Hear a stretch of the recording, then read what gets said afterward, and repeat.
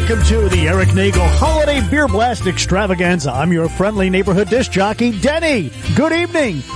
The show is starring Erik Nagel, Matt O.G., and I believe his name is Skittles. We're going to have some fun tonight. I'll be playing some holiday tunes to get you into the mood, so we'll make it a Denny little Christmas. Oh, no. Oh. It's Gittles, but thank you. I like Skittles. Can I start calling you Skittles, Gittles? You can call me Skittles. Nice. Dude, there was one time I was going to my friend's house and his mom was like, oh, Gittles is here. And all the little kids came in. They're like, oh, Skittles is here. And they thought I was like this giant Skittle like mascot. And then they just were left crying. It was sad. Well, that's a great story. Get up. The boss is here. I know. I saw that. Danny, do you have an intro for the boss? Hey, boss. Gittles. What's going on, man? Oh, I guess you don't. He's going to play the Imperial March. All right, go ahead. Because it's Opie's favorite Christmas song, Andy Williams. It is a lovely song. I meant Denny to introduce him verbally, not just play the music, but that's fine. We're going around the horn here. Sometime we can let the music do the talking. Yes. Oh, gosh. That's why Denny doesn't work anymore. I do like this song, though. Hello, sir. How are you? I'm good. Why does everything sound so staticky? I don't know. Is it just these headphones? I think it's probably just the headphones. I hope it's just the headphones. Or is it because you have 80 people here? Well, this is the big holiday festive seasonal beer show. Indeed. I see. Some gentlemen are going to enjoy some lovely beverages, some craft brews, and other miscellaneous ventures. Nice. So, as Denny said, welcome to the show. Matt O.G., my co-host, as always. Hello, sir. How are you? I am lovely. Thank you. How about yourself? I'm doing pretty good. Lisa is right next to you there. Why is she so close to him? I'm just being creepy tonight and Why? just hanging over people because there's just a lot of people here. Oh, I see. And there's a lack of microphones. Who is she, though? Lisa does our show on a regular basis. Nice to meet you. Oh, you just, I don't know, you sound different on the radio. Lisa is a stand-up comedian. She's open for Patrice, for Norton, John Panette, a whole bunch of people. Patton Oswalt, right? Yeah. That was a lot of fun. You still doing more with Patton? Yes. Going into the next year? Gonna do more with Patton. Don't have the dates yet, though. So okay. And Gittles is over there in the back. Yeah, what's up, man? How are you? I like this. I feel like I'm just like doing like a stand-up bit here with a beer and a microphone. You're like Tom Green's friend behind the window. Oh. Thanks, man. Does that make you Tom Green? No, not at all. Can I sit over there? No. Why? Because this isn't your show. He just plugged in headphones that don't work. All right, maybe it is your show. It's the exact same thing. All right, these are better. That working? Nice. Yeah, it was the headphones. All okay, right. here we go. Let's start pouring this shit. Yeah, we're going to do that. We have a lot of breweries we're going to get to, and we'll name them as we go, but we can't do a beer show unless we have our friends from Masters of None, and that is Jay and Mike. Hello. What's up? How are you, sir? Good. Excellent.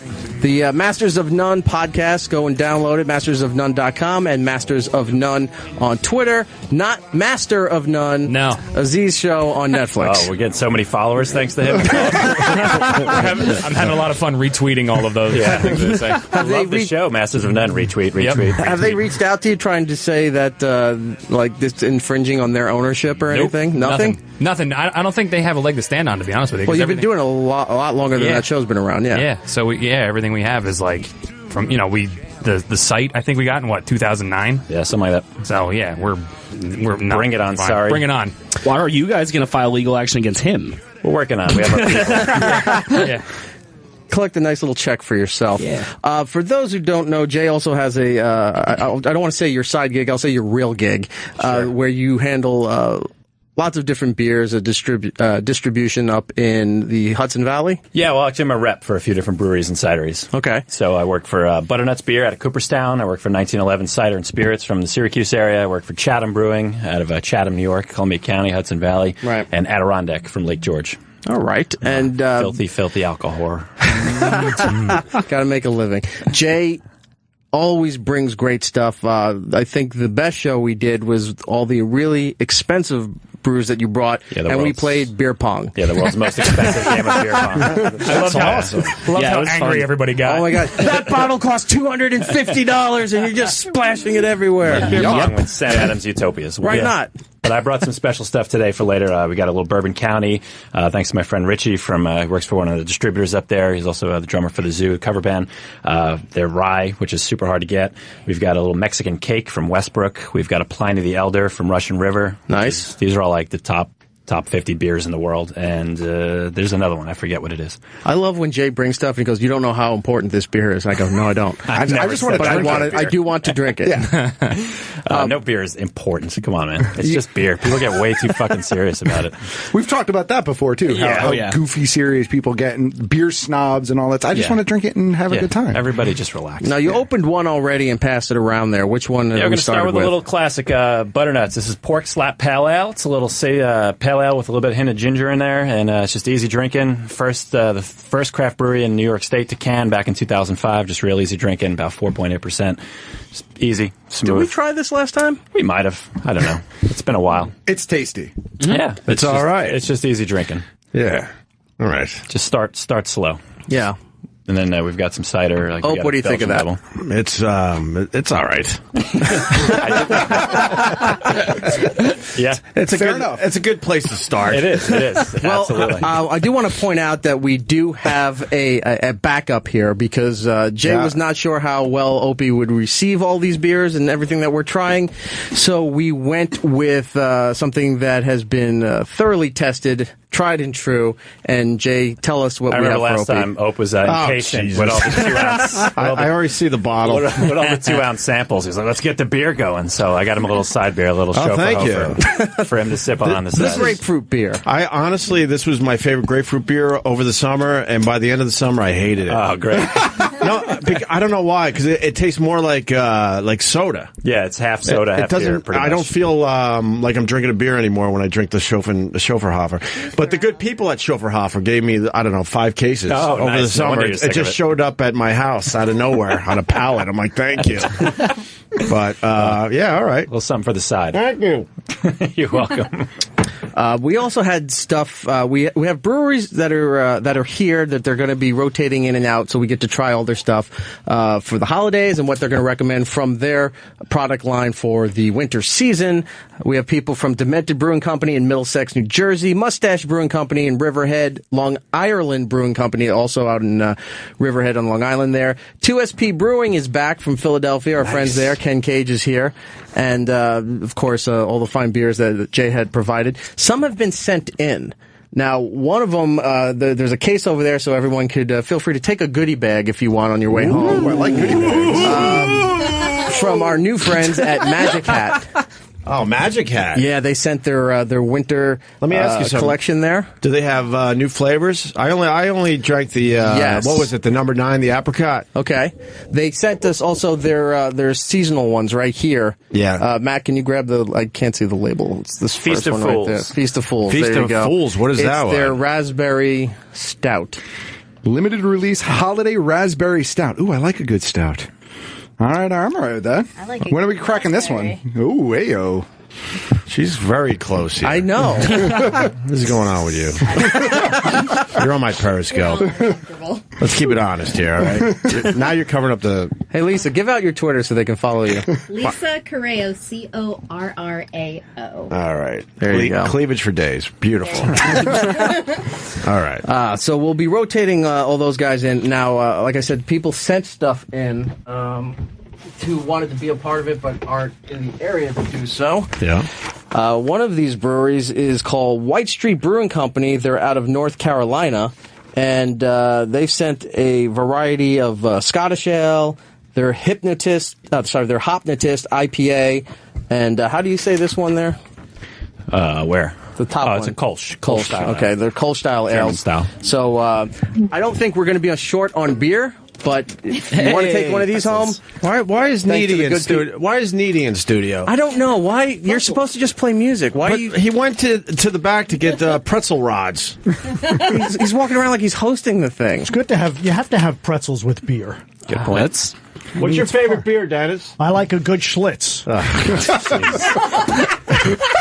That's not a bad idea, though. Well, you guys should do a beer show with all the down and dirty ones. Right. We've done that. You have done that? Jenny Cream Ale. Horrible. What's your favorite bad beer? Oh, man. I got a 24-pack of the Beast. The worst beer? But the best bad beer. The best cheap beer.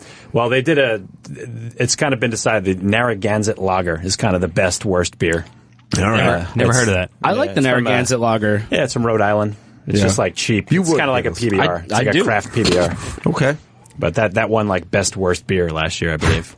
Are you checking your Twitter, Eric? No, I'm tweeting out that we are live. Well, I'm periscoping. That's good for you. We got some good numbers here, too. Okay. Nice. Good numbers for the beer show. Come on, let's break 200 on his Periscope there for him. I'll have you know we're over 500 so far. Nice. Very nice. Going strong. In the meantime, everybody's got some cider in front of them. I was going to say, it smells like a cider. Yeah, it's 1911. This is dry hops hard cider. Okay. It's dry hop Cascade hops, about 6.5%. Show the bottle. Yes, sir. For the Purry. I love from, this. Syracuse Yeah, this is really good. This is awesome. Yeah. What's it called again? 1911. That's the year the orchard was established. Beacon Skiff Orchard from Syracuse. We just won Best Orchard in America, USA Today. Family owned and operated. Absolutely. What's the availability on that? Like, where can you get only it? New York right now, New York State. New York State. But you can get it down here? Yeah, you can get it down here for sure. All right. We're on Put it tap out at on a the bunch of list. bars. Kind of tastes like a champagne almost, right? Yeah, we use white wine yeast and ferment it. Yeah, like a white wine. Okay. New York State hops. Yeah, it's nice. It's not too sweet like a lot of ciders. Yes. It's very. You could drink a couple of them and not feel like you're just eating dessert. One other thing that was sent to us here, which was weird. I didn't know this existed, but I guess we have people that listen from the Jelly Belly Corporation. Sent us their own draft beer jelly beans that come in their own beer can. Nice. They sent us champagne and popcorn ones, too. Is it like the Bernie Bott's, like they tell you it's champagne, but it's really baby wipe? Let's explain that, bro. Bernie Bott's is from Harry Potter. Thank you. And in the books, they had these kind of jelly bean things that were like good flavors and bad flavors. Right. And then Jelly Belly put them out a couple years ago. Yeah, like boogers and you don't know what it's going to be. I mean, throw up and I all actually that. bought those for my nephew back in the day. I've had some of those. Yeah, the baby wipe is the worst. Baby wipe. They actually have a baby wipe jelly bean. Yeah. It's disgusting. And what does it taste? I mean, what does it really taste like? It kind of just tasted like soap. Really? Yeah. I mean, it tastes kind of what you think it would taste like. And grass. Yeah. They had booger. Yeah. Black pepper. I thought vomit was Black pepper sounds good. I've had the I'll try vomit that. one. Yeah. I tried the vomit one. It's disgusting. Jelly bean roulette. Playing jelly bean roulette with that stuff is because you just get that's you the get whole sweet point, ones and then oof. Well, that's what they did with the Bernie Bott's. They would put two beans in and like they would look exactly the same, so you didn't know if you were getting green apple or you were getting vomit or booger, right, or whatever it was. Yeah. So what are these? What are these little? This beans is from Jelly Belly. This is their draft beer flavored jelly beans. Comes in its own beer can. Little individual packets filled with this. I'm not really tasting anything. I don't taste any beer in this. I just taste like a jelly It just tastes bean. like a regular jelly bean. Yeah. Yeah. I mean, it's But a nice, it's a nice promotional idea, I guess. It's weird because it doesn't even taste like a jelly bean. Yeah, like it it almost doesn't. has no taste at all. Yeah, it's really just a generic jelly bean. It's just kind of chewy. in weird packaging. Was it supposed to be popcorn? No, it's supposed to be beer. This is supposed to be beer. Does that not taste like beer Popcorn's to you? over here. Do you want to try one of those? Give me one There you give me one of the beer jelly beans. I haven't. Matt, can you lean what, over for this the is boss man? This is supposed to taste like beer. It doesn't. It doesn't at all. No, not at all. Tastes like it. Nothing. Nothing. There's no flavor at all to I it. don't like it. Yeah, no, it's just kind of chewy. No offense, Jelly Belly, but Well, thank you for sending it, but nothing. I'm sure popcorn tastes like popcorn, although this one is interesting. It's bubbly champagne flavored jelly beans.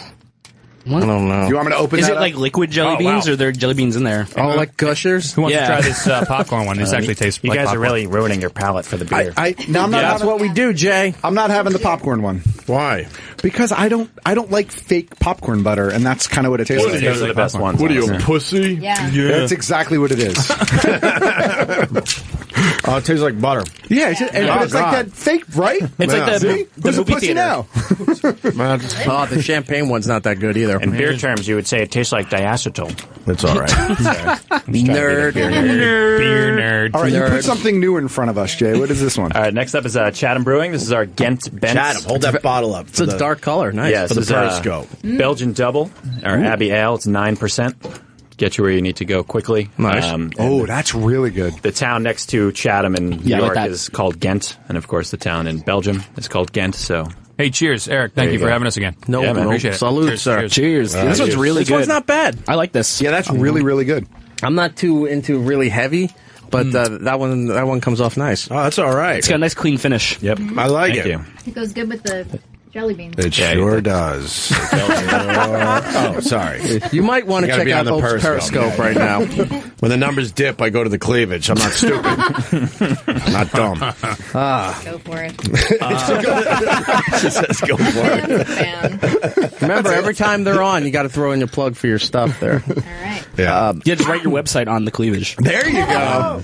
Now you're thinking, Gittles. You're a smart man. I So try. in a little bit, we'll get Ken Cage and 2SP Brewing in here to start everything off with the brewers. Did we tell Ken that he wasn't allowed to come on the show if he didn't bring some of that pumpkin beer with him? I think I did. I don't remember. He mentioned it to me in the hallway. He's like, pumpkin beer. And I was like, I need more of that pumpkin beer. Like, we have to have that. It was Because, yeah. the best pumpkin beer I've had. No, Well, let me ask you go about that because Yeah. I really did try to get into pumpkin beer this fall. I don't like any of them. And then I went to a beer distributor. They suggested Blue Point. Blue Point's pretty good. I didn't like it. And that guy said it was his favorite. I think you'll like Ken's. If he has it, I think you'll like it Look at because Jay it was smirking. just Huh? it was just a really good Why are you pumpkin beer. smirking? Nothing. Jay was. Jay was. You used to work for Blue Point? No, he was. We were. Did you work for them? No, but We we're work sponsored with by them. They're our Okay, with sponsor. them, right? Yeah. They were good friends with Blue Point until Blue they. Point makes good beer. I'm just saying Yeah. I didn't really like the pumpkin one. Well, Now you like the what? Budweiser You like makes good beer. You like the blueberry ale? Is that the No, one I that you did. like? E-Rock turned me on to the blueberry ale last summer. I think I didn't really I tried like a whole it. bunch of them, and I think Blue Point had the best blueberry ale. Absolutely. Yeah. absolutely. I like the like, Rastafari they have is pretty good too. I don't mind that people one. take that one. For pumpkins, I like New Holland Brewery had the Ichabod, I think Yeah. was their pumpkin. That one was really, really tasty.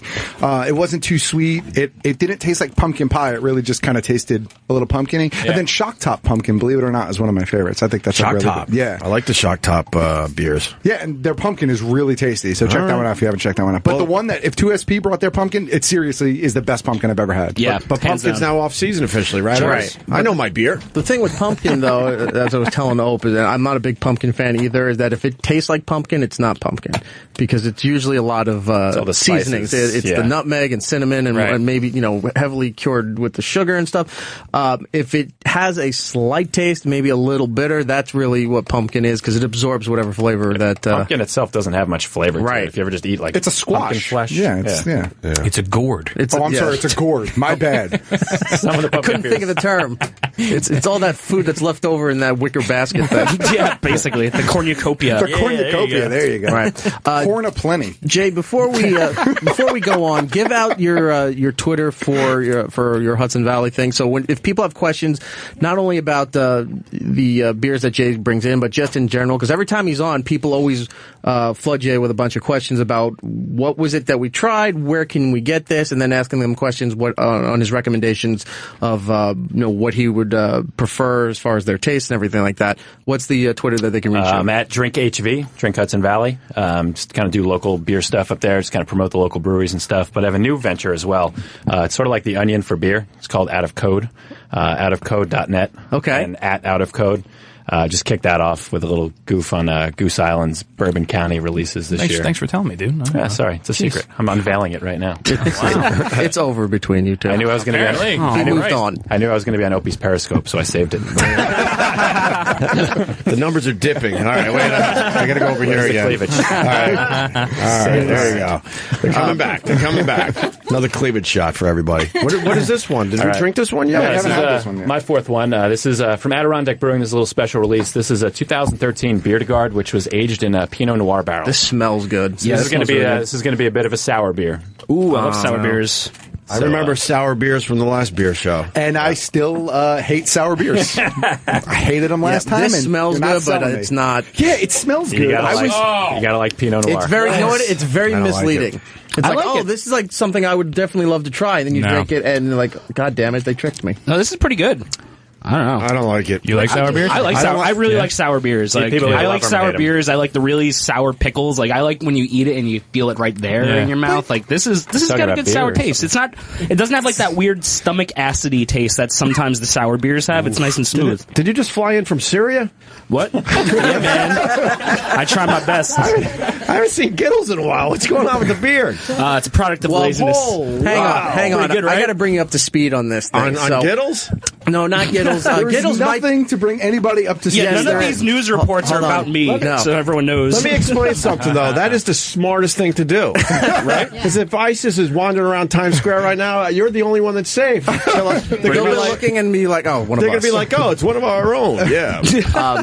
Gittles might be circling the perimeter on this, but Matt has joined a group called the Bearded Villains. The Bearded Villains. Yes. God, you And guys are geeks. for the longest time, I thought it was the Bearded Mafia, but I had the name wrong. The Bearded It's Mafia. the Bearded Villains. It is. What's the And Bearded explain what the Villains? Bearded Villains are. It's actually just it's a group of guys who got together, and it's all charity driven. Yeah. So there are local chapters all around the country, all around the world, and it's these groups that get together and do charity events. Like right now, like Toys for Tots, a lot of like things in hospitals for youth. But the chapter that I was part of, we raised $10,000 for St. Jude's last year.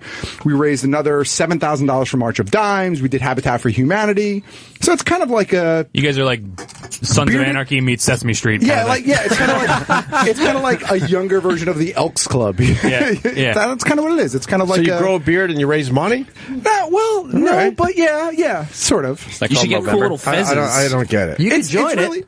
It's really just it's charity driven. It's people doing good things, giving back to the community that have beards. that have beards. Beards. Yeah. Do you do any of that beard rubbing?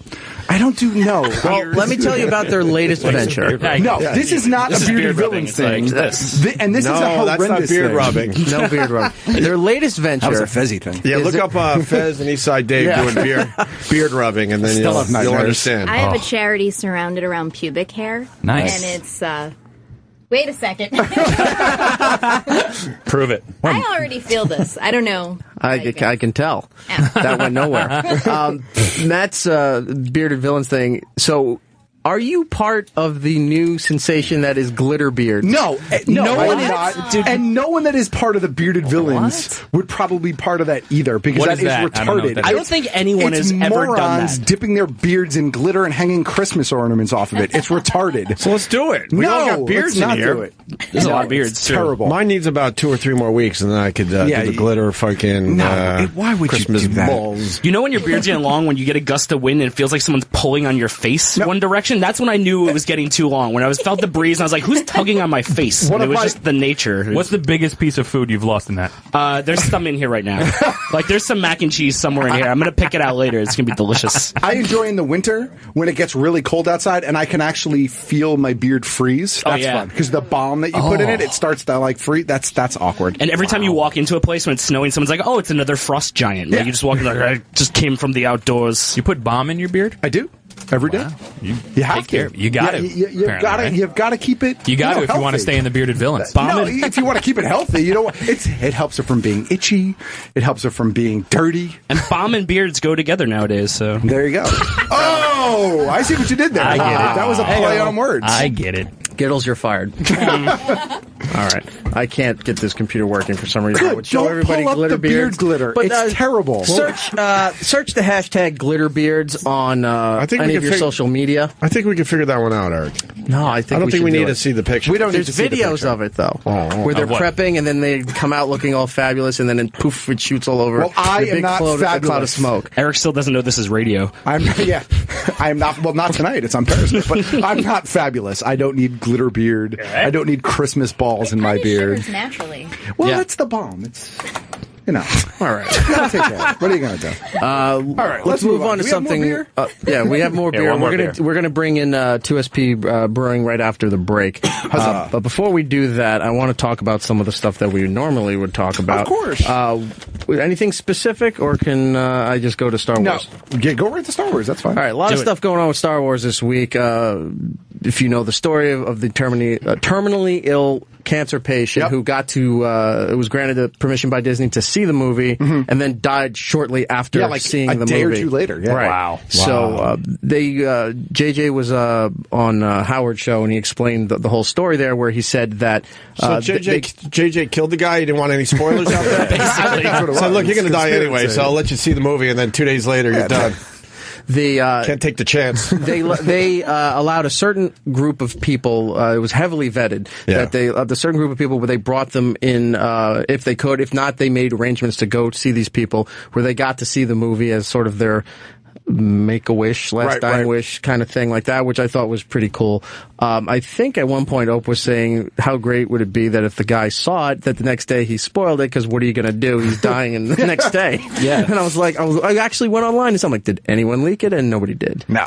So everybody held up to that code of honor of it. So that was kind of cool that they did that. What? Did he like it? That's how he died.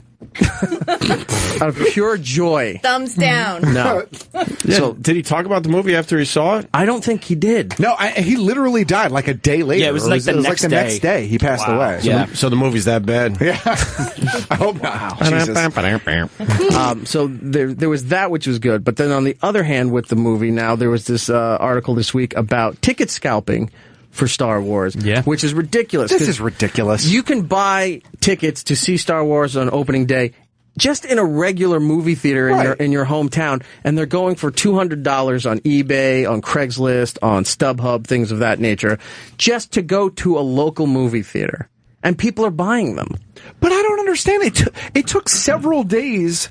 It took a day and a half or two for even my local theater to sell out, and they just kept on adding shows. It was like 2 days later, I think they had a 10-12 show sandwiched between the 10 and the 10-15. Yeah. I don't know how the hell they did it, but I think my theater has every screen of Star Wars for the first 3 days that the movie opens. Are you going IMAX? I am not going IMAX. I am going AMC dine-in, so I can roll up 15 minutes before and plop down in my seat because it's a reserved seat. Fancy, man. Yeah. What about? I mean, you're going right before you leave for Disney. Well, that's the reason I had to, because I knew I was going to be in Disney for a week. It would be spoiled as soon as I landed. Yeah. Lisa's got tickets. You're going? I got IMAX. Nice. What about you two? I got 3D tickets for Saturday morning, 9 a.m. Nice. I don't like dealing with riffraff. Yeah. I hear you. I like going. Well, mine is a 10:15 showing on Thursday night. I don't even have to wait for midnight. Oh, wow. So there you go. How did they do that? Because first of all, midnight showings have become 10 p.m. showings now for several years for several movies. They do 10 p.m. showings, and then they do the midnight showing right after that. And sometimes they'll even do a 1 or 2 a.m. showing for some of the bigger releases. Are those even worth going to? That's like people who go. I guess I kind of do. If you go on Christmas, I guess that's a bad example. If you're going right after you had dinner and you're going to see the movie that opens up on Christmas night. Yeah, why not? It just seems kind of pointless. Some people like to go to the movies on Christmas night, and believe it or not, the thing about the midnight showings They're called Jews. Yeah. That's who do you think goes to the movies? That's what me and my family, that's what we're planning. We're going to go get Chinese food and go to the movies. That's what we do every year. Yeah. But it's weird because... Way to break that stereotype. I am enforcing that stereotype. And when he walks in looking like that, he'll get any seat he wants. Dude, let me tell you something. I was on You can have the theater to yourself, sir. I was on Long Island for this past week for a couple of days, and everywhere I looked, people were just staring at me. It was crazy. You know that mic stand goes down so you can sit, right? No. It's creeping me out, standing behind me the whole time. Is it? Just come in through the exit, and trust me, you'll have the whole theater to yourself. The midnight showing, Gittles, is that man. worth I'm going to wear my puffy vest. All right. Just to say you saw it first? I'll tell you why the midnight showing is worth going to, for two reasons. It's not so much to say you went to see it first anymore. It's because people are raging assholes online, and they'll spoil it for you. So if you go to the midnight showing, you're kind of spoiler free, right? Because you'll have seen it, and it can't be spoiled. And believe it or not, most of the midnight showing are people who actually want to be there to see the movie. Right. So they're not like talking or playing on their phones the whole movie. They're not running up and down the aisles. It's fine. You know, I'm listening to you. Don't worry. Nah, you don't have to listen. I don't care. I'm just talking about drivel. It's fucking Star Wars. Cleavage is much more important. I get it. The numbers were dipping again. But people actually want to be there, so you normally get a halfway decent crowd. Right. You know what I mean? You're not getting that asshole kid crowd or the dickheads. So it's not bad. Midnight shows are all right. All right. Well, if you want to pay $200, they're up online. You can buy tickets. I to don't your even think local you need movie to do theater. that. I paid movie theater- $12. The movie also theater this- down the street from me still has tickets, like, for opening day. Now, there's the stuff on StubHub that's like $1,000 for the ones at Disney. At Disney World, Right. It was the next thing I was going to get to. They're having a special screening down at Disney World, which is awesome. After the movie, there's an after party and a bunch of other perks and giveaways and things that you get from there.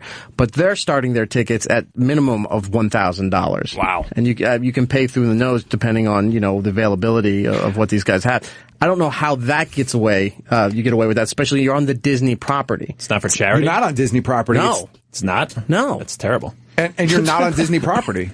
I mean, you are, I but thought the whole party is at Disney World. But it's downtown Disney, so it's not like you need It's still admission to the Disney. park. It is, but it's not like you need admission to the parks. Anybody can just roll up and go So what are you paying the $1,000 for? to then? get into the party. Yeah, You're stupid. that's it. That's what it is. It's to get into the party. But you just said anyone can roll down there and go in. No, what I meant was when you said it's on Disney property, it's not like it's in the parks where it's being policed by like the park. Downtown Disney is open to the public. Okay, gotcha. So they're having a big party at the theater in downtown Disney.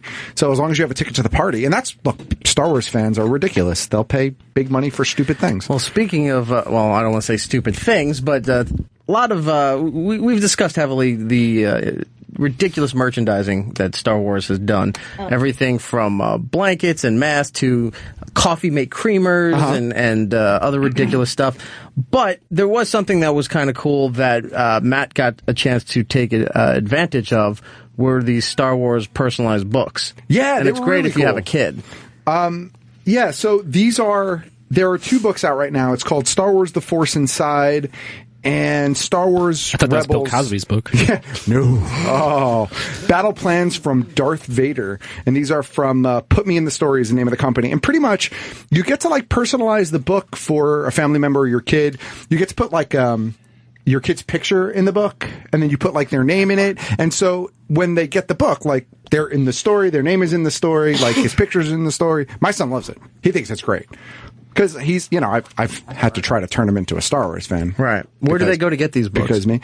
I think if you just go to putmeinthestory.com, you can check out the books. And they actually have a promotion And it's going on officially right now. licensed, too, by Disney and Star Wars. Yeah, it's not fly by night. Right. Starting December 4th, so right now through the 6th, if you use the code FORCE, you can get a discount on the books over there. Very nice. What do they go for? They go for $39.99 per book. But the discount I think is 50% off if you use the code. There you go. So yeah, they are really neat. They are really neat. If you if you read stories to your kid at night and stuff like that, and he is a Star Wars fan or whatnot, they're pretty awesome.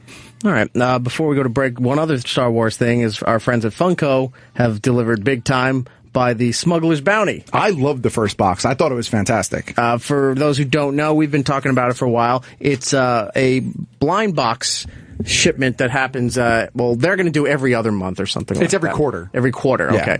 okay. We've talked about Nerd Block. We've talked about Loot Crate, who sponsors the show time to time, which we're appreciative of. You get these boxes, and they'll tell you what the theme is, but you don't know exactly what's coming in it. Sure. Star Wars, it's just Star Wars, and it's all exclusive stuff that Funko made for Star Wars. Correct. So enough time has gone past. If you haven't gotten it, tough shit. Yeah, you missed go out and the get first it. box already at this point. You can still subscribe. You can pay. It's like $100 for the year, and the monthly thing is the quarterly price is pretty cheap as well. But you get exclusive figures that you can't buy in the stores. Which, by the way, when the boxes came, the first thing Roland did was he looked at it and goes, "Oh, these are awesome," and then went on eBay to see how much these toys were, and he's like, "This one's selling for like $300." I'm like, "Don't sell it." He didn't. Yeah. But he likes telling everybody that he has a figure that's worth $300 on eBay, and okay, fine. Well, a day or two later, it was worth about $80. Yes, because then it got flooded. Yeah. But in the shirts, pins, all this cool stuff there. So if you're really into Star Wars stuff, and it tis the season, because we're less than 3 weeks away from the movie, So go to smugglersbounty.com, check that out, see if you want to subscribe and get all that fun stuff there, right? Absolutely. It's an awesome box. Okay, let's get... Denny, are you ready to go to break? All ready to rock this party. All right. We're going to take a break. When we come back, we're going to welcome in the first brewery, 2SP Brewing from Philadelphia. Denny, you can take it away. Now, don't forget, E-Rock, if you're attending a holiday party, make sure you have a designated driver, the most important guest at that party. Also, if you're going on a sleigh ride, don't sleigh and drink at the same time. Here's the Ron-ass little holiday classic for you on the E-Rock Beer Extravaganza. Well, welcome back to the Erik Nagel Beer Extravaganza. DJ Denny is here bringing you some holiday cheer. Good evening, everyone. Let's all sing along tonight with Burl Ives. Look, I like this one. Everyone has weird favorite Christmas songs. Most people hate them. I think this is probably mine. Why is this a weird one? No, people have like weird favorite Christmas songs. Yeah, I like this one too. I like Christmas songs in general. I don't hate Christmas. I'm not a Grinch. I kind of like Christmas. I don't hate Christmas, but some Christmas songs just aren't good. I mean, I'm not watching the Hallmark classic, channel, but they're not good. But Someone's been listening to Opie Show this week. Yay! I got a question from someone in Philly. They just texted me. They were listening to the E-Rock Beer Show. Why are you playing? Oh my God! All right, Denny, we're done. We'll listen to Denny play another Christmas song.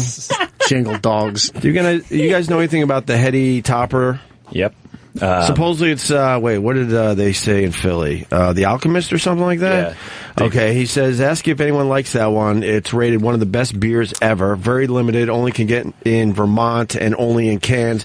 People wait for hours just to get a case or six-pack. Is this true? I think we drank it last time. We drank it last time. I don't remember it. Yeah. I don't know if you were here for that one. But that was the beer pong show. Oh, really? No, I don't think we had it for the beer pong one. Why is it so hard to get it? People really...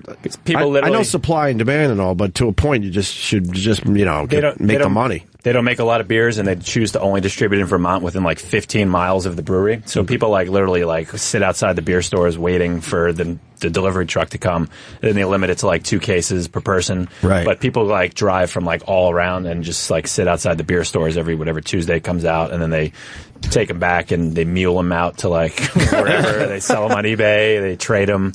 Is it that good? It's a great double IPA. I mean, it's been dethroned. It's no longer the #1 officially ranked beer in the world on I forget it was Beer Advocate or Rate Beer, one or the other. What's the #1 beer in the world right now? You know what? I don't know. Does anybody know what's #1 right now? It got dethroned. I don't know if it was Pliny the Elder, which I have. You're supposed to be the expert on this, Jay. I didn't look. I don't know. What's more ridiculous, muling beer or scalping Star Wars tickets? Because both sound kind of silly. Scalping Star Wars tickets, for sure. Both are for nerds. I mean, I'll take one of these things that we just drank over any IPA anytime. This is the Bourbon County rye. This is the Regal rye. So Bourbon County, Goose Island puts it out every year on Black Friday. They put out the regular. It's a bourbon barrel imperial stout. They do this, the coffee, and they do a barley wine. And then they do 3 variants every year that people kind of go insane. They're really hard to find. This year they did this Regal rye, which is aged in rye whiskey barrels with blackberries, cherries, and sea salt. They did the Proprietor's one, which I think was aged in I think it had some chilies in it, and then some maple bourbon barrel. So bourbon barrel, maple syrup, then beer in it after that. Now, and then also, they did one called Rare. Supposedly they found a whole bunch of super rare, I don't know if it was High West or whatever the barrels were, but they were stashed away for 35 years, and they kind of uncovered them, and they were well, let's use those and make the beer. So people are going pretty insane trying to get these. And again, thanks to my buddy Richie from Dana Distributors, he got us this bottle. This was crazy hard to get. This was, again, people lining up outside of beer stores on Black Friday morning. It's really good. Trying to get this thing. Yeah, it's delicious. It might be the favorite one I've had so far. So yeah. Now, is it? I was asking Jay before the show. It's not anything new with these beers being, fermented and stuff in the barrels, but it's from marketing point of view. Seems like they're trying to introduce this as the brand new thing to do with beer. Not really. I mean, they've been doing it. Goose Island for the first time put the originators of bourbon barrel aging. I don't know how true that is or not, but it's been around for a long time. More people are starting to do it, but barrels are getting so scarce now, that nobody can get the barrels anymore unless you're one of these really big established breweries. So it's getting harder and harder. But then again, there's more distilleries coming on board now who are getting those barrels that are people able to get. But I don't know. I like bourbon barrel anything. You just throw anything. I mean, this young lady could probably pee in a bourbon barrel. I do. I'm kidding. Lisa, you can make $200. Oh. Well, this just took a turn. The hard way. How many views do we get on Periscope for that? If she peas into a barrel. Wow. I think I might be a little fucked up already. My bladder would not relax though if I knew there were. You're gun shy. You're gun shy. This is a new category on like all those porn tubes. Yeah. Gun shy. 18, 19 plus. Peeing in a barrel. More beer stuff going on here. We're going to welcome our first brewery to the show. We'll welcome back Ken Cage, who's been a regular. Well, now you're a regular on this show. I'm trying as hard as I can, yeah. Welcome back, sir. Thanks for having me. I appreciate it. He introduced us to 2SP Brewing last time with the Yahtzee. Yep. Right? Yep. And did you people were talking about it earlier, did you bring your pumpkin beer? Oh, now it's coming on to me. This is on me now. I can only make recommendations to the king. Okay. And the king did not bring pumpkin. Okay. So there you go. So they have to leave, right? That was the rule. They're not allowed to. We got good stuff. Kidding. Don't worry. I'm only busting your chops. He says he's got better stuff this time. Oh, so really? I haven't tested it all. That pumpkin's the best pumpkin in the world. So maybe we need to talk to Michael. It's not going to be better pumpkin. No? It's going to be a better version of what it is, but it's not going to be better than that pumpkin. If you love it and you think that's great, that's it. All right, well... Seriously, now we really have to leave. Right? Yeah, you're not helping. Gittles is going to make a trip down to Philly there to check out the brewery. And please do. Yeah. I would totally love to. That pumpkin beer, I don't really rave about beers too much because I don't drink a ton, but that pumpkin beer was just something special. It's really good. Well, we've got because it was an Imperial, we've got a bunch of kegs stored in the back so we can do a vertical over the next couple of years because people get crazy about pumpkins. We didn't make a ton, but we have some left, so don't worry, I got it for you. Nice. And listen, if we need to, I'll repo a jet. I'll take us all down and make it a nice, easy, fun trip. There you go. Ken also dinner's on Iraq. He's the repo. He's the airplane repo guy. Right. I remember Ken. Where are we as far as a new season? Well, it's funny. I got to bring up because I was on with Opie and Norton last year, and when they heard Opie was going to be on and I was going to be on, they asked if I was still sweating. So just so everybody knows, I am not sweating. Let's see the armpit. There's the pits. All right, they look dry. I'm dry, man. I was by the accelerator in the bathroom for 45 minutes before I came in, just to be sure. The show's, we're in between seasons, so we're just waiting for Discovery to tell us where we are. Obviously we need as much support from the fan base as we can get because that's, honestly, the social media is what continues to get us more seasons. So that's why I really appreciate you guys having us on. And then Twitter, Facebook, everybody gets fired up and lets Discovery know they want more. Is it looking possible? They don't tell us anything. You know what they tell us? 50-50. So you got to sit there and wait until they tell you. So it was 50-50 last year at this time. It's still 50-50. How long does it take to shoot a season? About 3 months. So if they call you tomorrow and say, guess what, we're going to do another season, you have to jump right into this for the next 3 months? Usually they call us and give us a week or two. Yeah. Okay. And then we start talking about the cases. It's planning first because we have to see what repos we actually have to do. Right. Like last week I just picked up a 70-foot Hatteras, which would have been great for the show. You would have brought it here?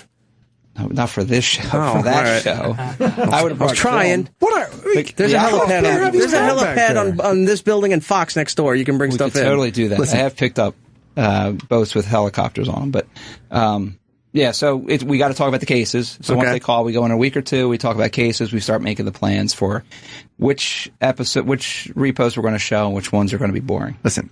As much as I want him to get the show back, I want another season of the show. His downtime just means more beer. Okay. So, whoa, correction.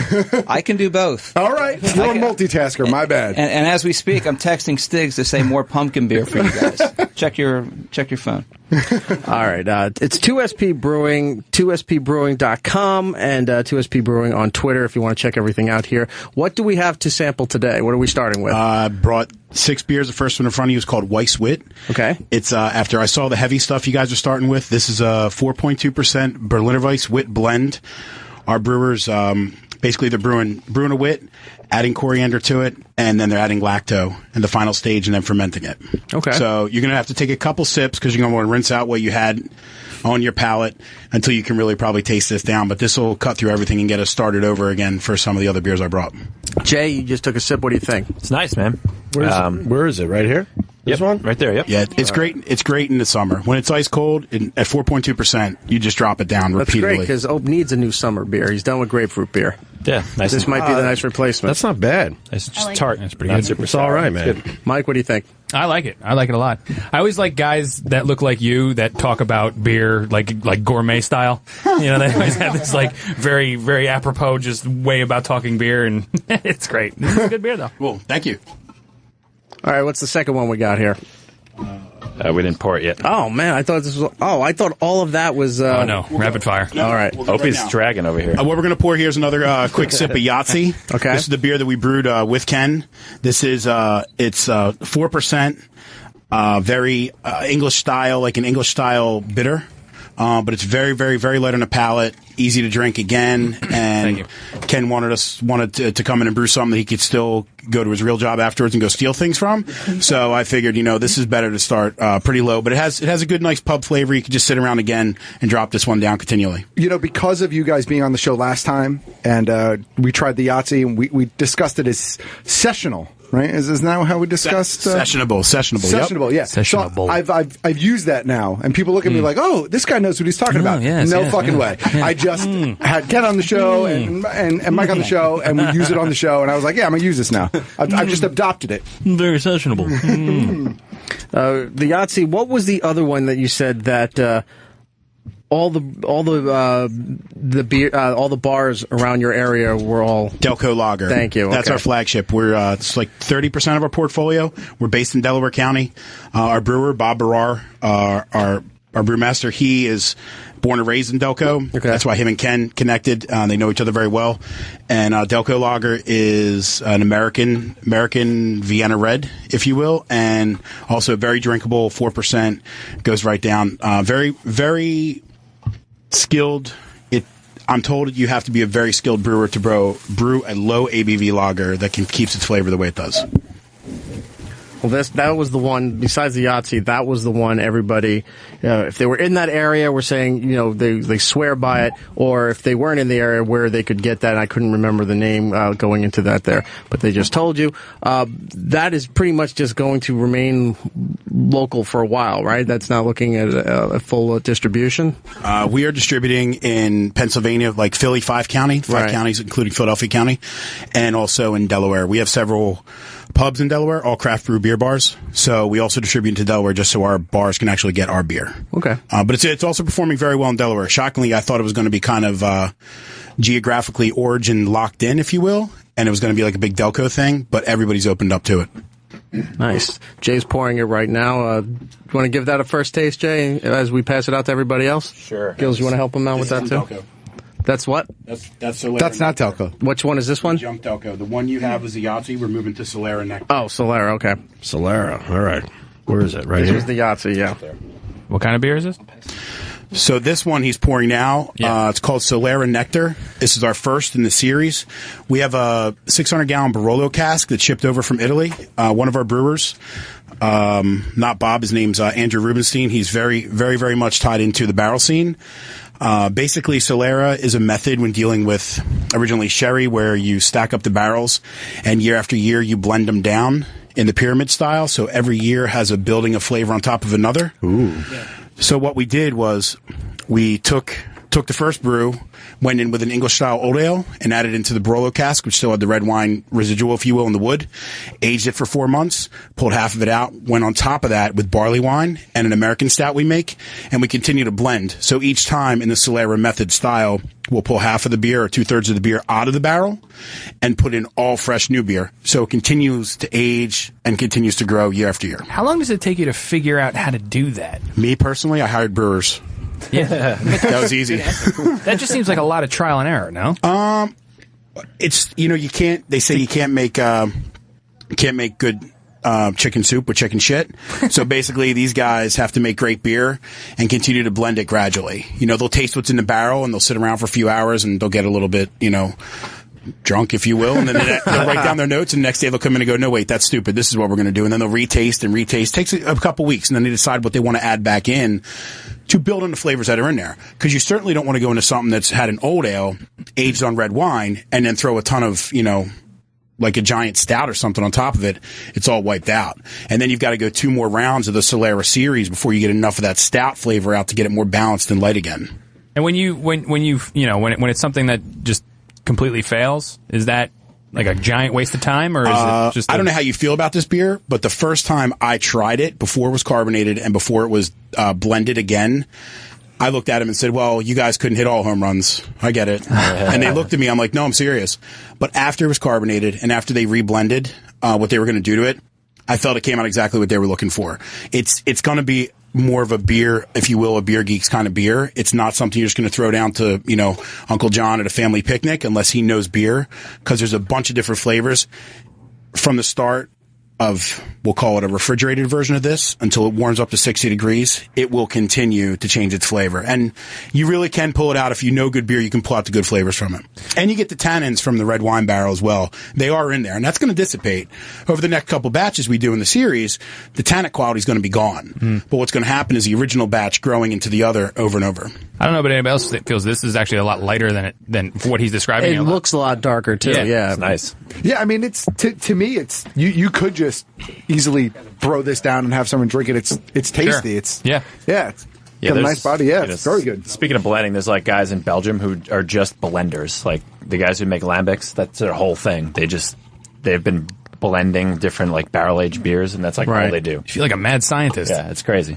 I got a text from Dr. Steve, who hosts a show called Weird Medicine on the Opie Radio channel. He said, I used to hate beer nerds, but now part of his livelihood depends on them. P.A. John, who was his regular co-host on the show, left that venture, left his medical job, and opened up his own brewery down there. Now, he wanted to see if we could work a mention in for that, but I said you have to call in because I'm not doing it. But he's too busy because he's going to play bass in a bluegrass band at a local mall. This guy, Dr. what is Steve. he doing? But he said, I love Dr. Steve. He said barrel making is coming back as an art form. Wanted Jay's thoughts on that, mostly because of the shortage due to the demand for barrel-aged beers. Yeah, by the way, the Long Island and Mustache crew, they said that they're not going to have any beer left by the time they get they're just out there pounding it. That's how they should be doing it. They said we could just drink the other beers and just talk about ours because we're drinking it all. Okay. They're going to come in and just say it was really good. Yeah. I was like, yeah, we could drink Mexican cake. What's the next one that we have here from 2spbrewing.com? So this one here, we have another series we started called Dual Hop Drop. Okay. So basically the brewers are hops, they have to be contracted, they have to be, sought after depending on what it is. So you get done a batch, you get done a bunch of batches of beer, and inevitably you don't have enough of one or another if you're going to do another full batch. So what my brewers have been doing is they're picking a random couple hops when we need to fit in an IPA or a double IPA. So Eric, this may not be your favorite because I know you're feeling on the hoppier versions, but this is a Waimea hop and nugget hop blend. It's got a great bouquet. Yeah, it's got a great nose. New Zealand hop's got a great nose. You're saying that like you know what it means. Also, I don't. An American hop. I heard it somewhere. No way. It's roughly 7%. I like this one. No way. All right, yeah. It's going to be 7%, and again, it's going to go in the West Coast version of IPAs, where you're not really going to get a big malt background at all. You're going to get a lot of. I see you wincing there. You're going to get a lot of the grapefruit and citrus and stuff up front. Yeah, this one's really good. That's not bad. No way, Bell's is bigger than Waimea, bro. Yeah, man. I'm not into the hoppy. Yeah, not for me. I like the citrus part, but I can't do the hoppy. I can't do the hoppy part. I dig it. It lures you in and punches you at the same time. This is the best one I've tasted so far. Do we have more cups? Cheers to you guys. Yeah, more cups are coming. They're right over there. He's taking a picture of the cups. I guess. I don't know why. This reminds me of Brussels sprouts. Wait. Get on the mic there, Brussels Felicia. sprouts. This reminds me of Brussels sprouts for some reason. Wow. Brussels How much have you had? Brussels sprouts are blowing up. It's an odd palate you have there. Again, another word I just made up. I think Someone drug Lisa's. I think we may have to cut Lisa off. And I'm not saying that as a joke. Eat some pretzels, Lisa. What are you guys, gay? No, we're trying to be responsible here. All right. You can be responsible. Yeah, what the hell? She's a grown woman. She can do whatever the hell she wants. Hey, Dr. Steve texted me as well. Okay. He's telling me his bestseller, because he has a little shop down there like you were. The vanilla stout? His bestseller is the Icelandic Pale Ale. Einstock. You like it? I prefer their toasted porter better. but I don't know they what make that some means. decent beers. It's a porter, like a Just smoky nod porter. and smile politely. What does that one taste like? The Icelandic Pale Ale. It's just a It's pale his ale. best- There's not much special about it. So it's their kinda white ale's better, and their toasted porters. So it's kind of stupid that is his biggest seller. Does he have a big Icelandic population around? I don't know. That's a good question. That's a weird thing. Tours from Reykjavik. Yeah. And what is this one that you just set up here? Is this the last one? This one, second to last. Second to this last. is going to be the start of the dark. This is called Sip. It's in our Imperial Porter. Okay. 7.5%. So you're going to get some good roast off of this up front. Wait, what is this? Did you say it was called Sith? Sip. Oh, I think it said SIP. Sith. I was like, whoa, it's really going dark side there. Lucas going to sue somebody. Batman's crying. You get a lot of roast up front. It is a little bit higher in alcohol and background malt, but again, it will die off like a porter should in the end. It shouldn't stick around like a Russian Imperial. Oh, I can like already this tell one. this is. I enjoy this one. Not for me. But that's thick. It smells good. It smells almost like coffee. Thick, yeah. Wow. Wow, that's delicious. That's right up my alley. This is called. What's the name of this again? Yeah, you love this kind of stuff. Sip. All right. That's all right. I feel like Thomas Hayden Church and Sideways. I'm like, oh, it tastes pretty good to me. Like, I like all of them. Like, I haven't been like disappointed yet. These are all great. The darker the berry. And what is the last one that we're going to get to sample here? So the last one we're going to do is our Russian Imperial Stout. Okay. Our brewmaster, Bob Barar, it's a GABF medal winner. He hasn't won one with us yet. I need to say that. He's won it with his previous company. I think he's got a total of 29 medals between GABF and World Beer Cup, but he's won the most for this Russian Imperial Stout between gold, silver, and bronze. So I'm going to pour this out, and this is the one to finish with. Who do you work for? You don't want to say. Oh, no, sure. Yeah, he used to work for Ironhill Brewery. He was the head brewmaster in media. So I don't know. No. They're a great brewery. It's a big PA chain, right? Wow, look how dark that one is. And that's racist. So I was going to say that's racist, right? I'm not sure. We weren't talking about you, Lewis. You're not dark. oh my God. He's making faces. All right, at Matt's me. got to be cut off now. Oh, wow. Listen. The man in the booth. You don't like black people? Oh my! This show is taking a turn. Lewis just pushed the mic away. You looked over at Lewis, right? You saw it. He was like, "Why has it got to be dark?" I don't know anything about that. Damn. And I can't promise now that we're on to paper cups how this is all going to come out. No, it tastes it tastes excellent. I like this too. I usually don't like the heavy beers. This is all right. That's great. Yeah, I like it. Ooh, Delicious. that's kind of milky, right? A little bit. Speaking of milky, Check out Earth's Periscope at this point. A couple of followers. Jay, what do you think on this? That's great, man. That's an awesome really stout. good. Wow. Oh wow, that is really good. That's delicious. That might be my favorite of the night. Delicious. Well, I think 2SP Brewing did a good job I'll say. presenting here. 2spbrewing.com, 2SP Brewing on Twitter. If you're in the Philadelphia area, you can go down and check out the brewery. They do tours and stuff, right? Absolutely. Stop by today. We're open 7 days a week. Now, last time when they were on here, I asked them about this. They don't have the bar at the end of the tour because they don't want to compete with the bars in the area that they service. Correct. We do pour all our beers, and you can purchase growlers or pints on site. But you're not going to, if you're looking to come to the brewery to get a discount, a lot of our regular customers who buy our beer for resale at their places have worked with us on more of a preferential pricing so that you go visit them down the street instead of just hang out at our bar. Good deal. Nice. Guys, thank you so much. Ken Cage, you want to throw out where everyone can write and help you out trying to get another season? Absolutely. You can always have the hashtag Airplane Repo is where Discovery sees us. I'm a Ken Cage Repo on Twitter, Facebook, all that kind of stuff. So check me out.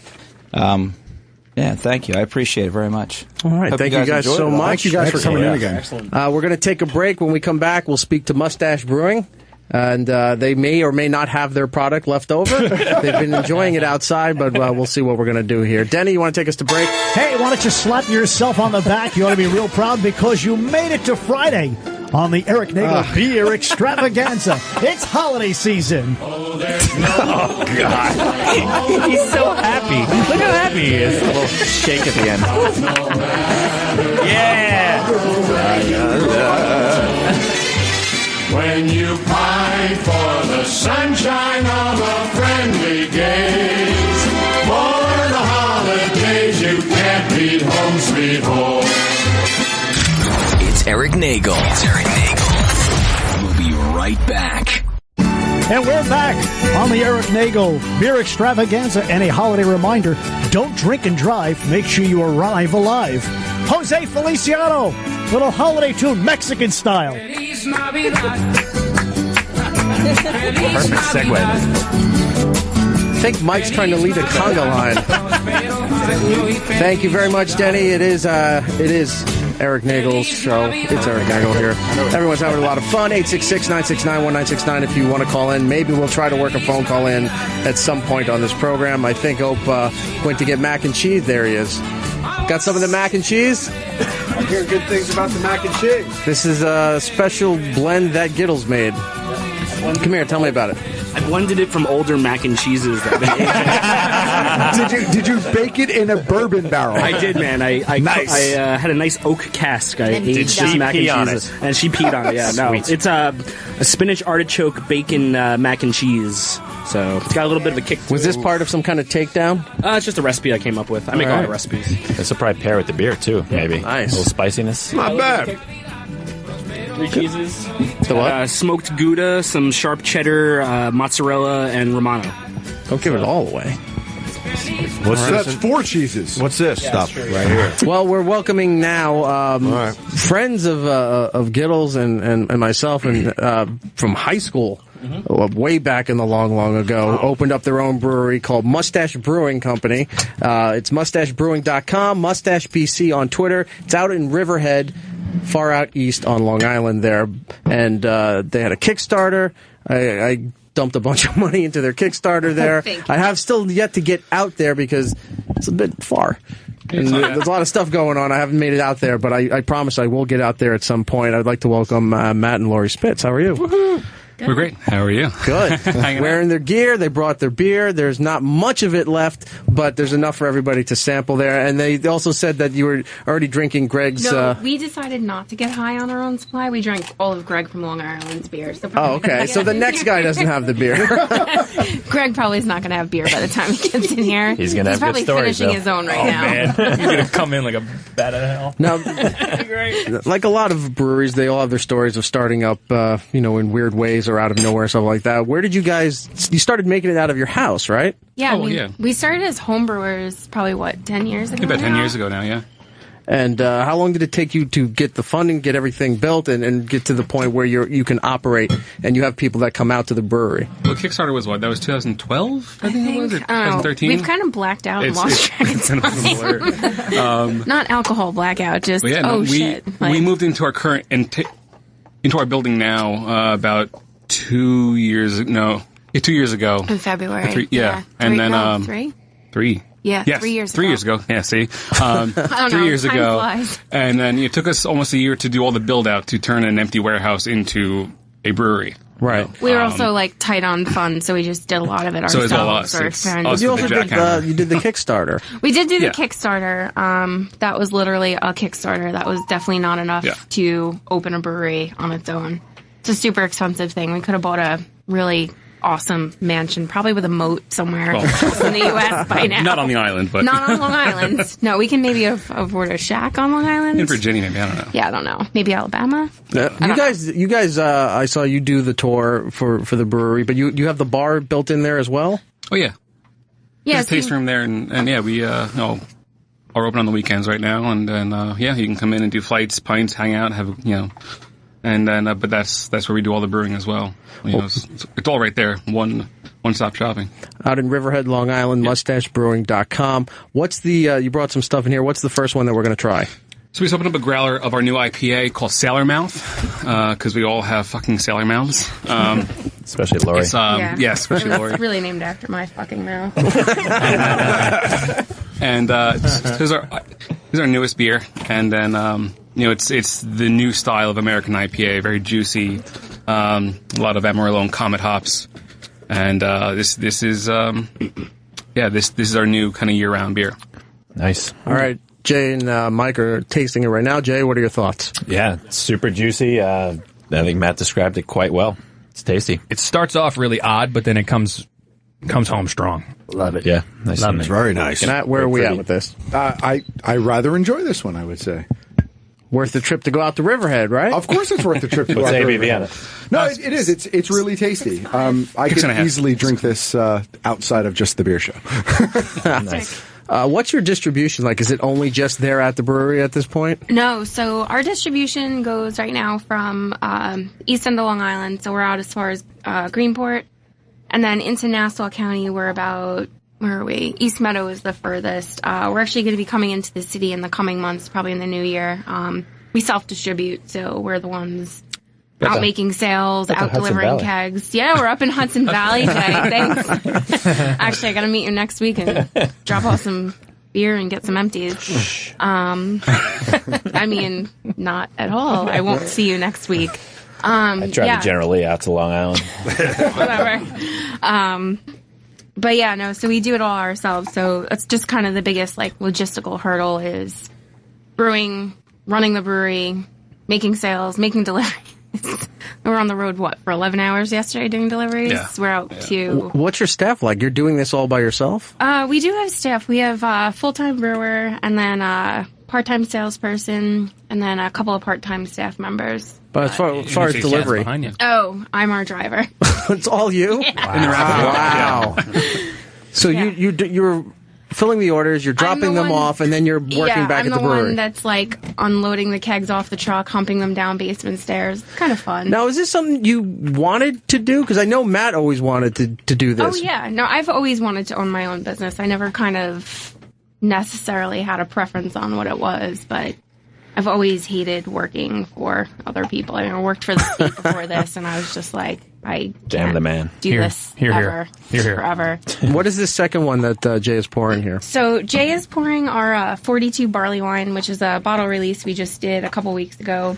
Was this the one you were requesting, Jay? Yes. Yeah. Oh, was it? I didn't even know that, actually. I knew, telepathically. Yeah, so there's actually two different versions of this beer. There's the regular 42 barley wine, which I think, is that what you're doing now, Jag? Yeah. And then there's the barrel-aged version, which was in a... I'll let Matt tell the other story of this. It's your story, not mine. But this was aged in red wine Bordeaux barrels for 378 days. It's on the label exactly. It's actually on the label, but yeah. What's the 42? Is that Hitchhiker's? Yeah, it absolutely is. If is this the answer to life, the universe, and everything? Nice. The proof of my wow, my fandom. But I was thinking Jackie 42. Robinson, but okay. No, 42 is the answer to life, the universe, and everything. And yeah, I don't know if this beer is the answer to life, the universe, and everything, but Jesus, all right, Jay's cut off now. Wow. No one's hearing any of my comments. This just goes to a really I almost said dark place. I had to cut myself off. Oh, boy. Lewis this gets offended not. again. Thank you. Lewis isn't paying attention. Does he get beer in there, at least? I offered to him, but he hasn't come in to get any. Lewis, you want some malt liquor? What do you want? Lewis Oh, boy. You want? Come on in. Come on in, pal. Colt 45, right? That's some good malt liquor for the man. Here we go. That's awesome. He's a pastor. He doesn't drink. What? Oh yeah. By the way, Lewis is a reverend now. He's a man of the cloth. He is. When did that happen? Just recently. Lewis. Yeah. I was telling hop on the mic over there. You Lewis, and Rev over there. Ron. Right over there. I was telling him that you are now available to marry people. Yes, anybody. Let me know. Right. Let me know. That's good. We can do it tonight if you want to get married. I want to get married. Do they? I can do that too. Good thing we're in New York, right? There was a lot of discussion earlier, but What would kiss the man's ear doesn't mean Lewis, so you can do this now officially. Yes. What do you have anything prepared? Like, what would you do in a situation if you had to marry somebody on the spot like that? I just go off for something that's basic. Like, give me an example. Like, do something. Like letter to Paul Corinthians, or someone right now. Couldn't give us couldn't you just do the Spaceball? Is it Spaceballs? Do you? You married. Everything's basically regular. It's just you depending on the people that you meet, you write something for them. You know what I mean? So I have one tomorrow where I'm ordaining tomorrow morning. Right. Yeah. So I have a speech written for them. Is that a word? So what do you have written for it? Just a couple of paragraphs about how I feel about love and relationships. Say what it is. I mean, you want me to read I it? want to hear it. Yeah, I want to see. I want to see your performance. He's got it. It's tomorrow. I gotta practice. He's practicing. I haven't had a chance to practice. He's making this a whole big deal. Like, well, you know, I got to customize it based on the whole thing. And he's got it all ready to go. He's got like flashcards. Gotta get this is all right, like here we go. high school shit right Reverend here. Big E. Johnson. Is he going to be wearing those sneakers tomorrow too? Do it. Are those proper Rev? Yeah, these are ugly Christmas sweater sneakers right here. I see that. Yeah. Oh, Priesty. All right, I'll go real quick. Ready? Twice? I'm going to read real fast. Excuse me. A couple of years ago, I was laying in bed watching a movie. The movie was forgettable, but there was a line in it that kind of changed my life. Porno. The character said, "The way to find out if you're in love with someone is easy. You forget about your past, you think about your present and your future. If you can't imagine your life without that person, then that's the person that you need to be with forever." And that's when I realized how I felt about my girlfriend. And I think everyone has that moment when they're in a relationship and they realize they want to be with that person forever. I know my buddy Dom did with Heather. I know these are all groomsmen and bridesmaids. I know I know Kusan did with Alexandra. Now I'm honored to stand up here and help Adam and Mary begin their lives together forever. Is this supposed to be saved for tomorrow? Like, are you ruining it? Yeah, well, fuck it. Are you spoiling the wedding right now? Don't worry about it. They'll be all right. It's called a test run. Oh, I'm sorry. My bad. I'm going to keep this short and sweet, so I'll just say this. We, as your family, love the two of you, and I consider They're playing everyone... the march to wrap it up. Oh, yeah? They're playing you up. Mrs. Bouvier! Get to the kissing I consider everyone in this room family for a reason. Family supports each other, and that's what we're all here to do. Support you and your lives together. For instance, when Mary posts pictures of Adam sweeping and cooking bacon with his shirt off, I guess we all have to support that. So, really, it's things like that that let us know that this is right. No matter how many times work hours change, no matter how many times you have to work an extra shift, when the world is going crazy, you know you have each other to come home to at the end of the day. You have each other to lean on and confide in. Get out of here. You have fun with it. And that's basically it right there. So if that's what you want at your wedding, thank you. Reach out to Biggie Johnson. Thank you. So This isn't happening at the First Church of Brevity, is it? So what's your deal? That you're there before the ceremony, you do the ceremony, and you're guaranteed a dinner plate? Oh, yeah, in an open bar. Nice. Yeah, as long as I get to walk out to Jesus Walks by Kanye, I'm good. We're all set. You get any cash, too? A little bit of cash, money? but they're friends of mine. I was like, I'll do it for free. Just free alcohol. You know. But an envelope doesn't hurt. Yeah, $50 handshake. It's the National Church of the Internet. Yeah. Beautiful. And $75. Phoenix University. Yeah, Latter-day Church of the Dude. That's right. Yeah, hell yeah. 3 Married weddings my down. sister. Yes. I ordained as well, actually. Lewis, thank you very much, man. Make sure you. Thank you. There's mac and cheese. There's some all kinds of The mac and cheese is amazing, by the way. Gittles. Amazing. Grab a beer, Bless you, bro. Lewis. Good. Back to Lori and Matt there. Hold on, being we're at a wedding, can we do the cha-cha slide? No, we can't. will that preempt the beer? Because that can't happen. Everybody clap your hands. Stop, Jay. So Thank you anymore. let's recap the two that we've tried. We had 42, and what was the first one? Sailor Mouth. Sailor Mouth. Sailor Mouth. They were both really I really tasty. like the Sailor Mouth. I did pour the second one, too. The second one was all right. That's what we're drinking now. The barrel. Get right up on the mic there. I can't hear you. Sorry, the barrel-aged 42. That's in the wine barrels, right? It's Bordeaux wine barrel, yeah.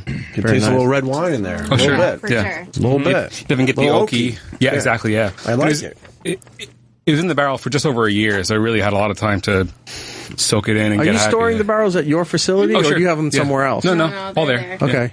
Because there's a lot of vineyards and stuff out on the east end of Long Island. there is. And there's storage Absolutely. areas. I don't know if you use them over there or if you No. can hold it in your own facility. No, it's all A in our bunch of place. weird yeah. rules about that. The what?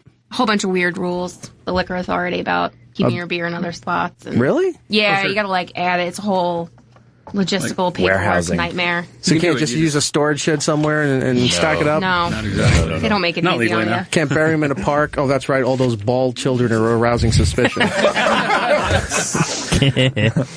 Mike gets it. Anyway. It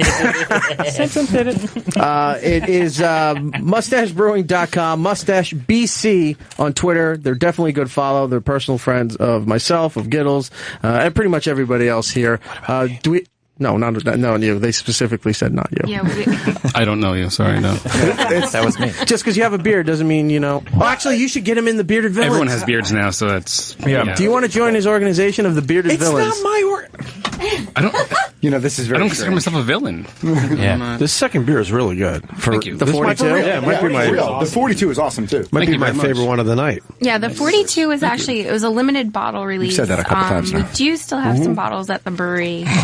We have another version of the barley wine in a rum barrel, which is aging. So we'll release that at some point. We're just kind of waiting for it to be ready. Didn't you guys have the Back to the Future DeLorean at the brewery with they releases? Yeah, we did a whole Back to the Marty McFly day on the 21st, and we had a guy come with a DeLorean. We made a Mr. Fusion beer, which was literally just, oh, look, we have a little of this, a little of this. Awesome. Just going to throw it in, hope it works. Yeah, it was a good day. It was a good day. Damn. I should have came out there. Should have came out. You fucked up. Yeah, I did. Totally. Fucked up. All right. So I was just trying to see. We took care of everything. No, I'm actually not. We drank all the beers. No, I think he is. I think he's a little buzzed. You're a little buzzed. I haven't touched the thing. He stopped. I'm just stupid. You should eat something.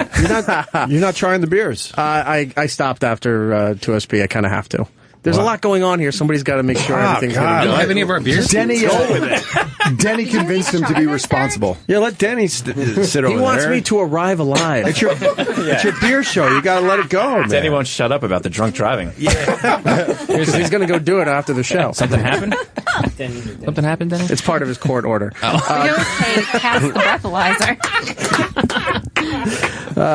Lori and Matt, thank you so much. If you're out on Long Island, it's worth the trip out to Riverhead to go to Mustache Brewing. Ope seems to really love this. He's got family out there. Tell them to go out there and check it out. Go out there and check it out. There you go. Nice. There you go. I'm going For now. what it's worth, there's 2 other breweries like within 5 minutes. Greg, who will be on from Long Island, and then Crooked Ladder. So you can actually park and do like a little walking tour between the 3 breweries. And you can get drunk and then just wander to the aquarium and look at all the fish in the tank. Listen, you don't even need to pay to go into the aquarium. They keep some seals out front. We get drunk at night and then walk down there, and we just look at the seals. It's pretty... It's like putting the cat out for the night. They lock them out of the and just sort of wander the streets of Riverhead. I'm not going to lie, but I kind of want to do this. We should take the show on the road. The seals love pennies, by the way. Throw pennies. Oh my God. Okay, so we're not doing Escape the Room. We're going to go out there and do their own little bar crawl and then play with some seals. Nice. Let us know. Bring pennies.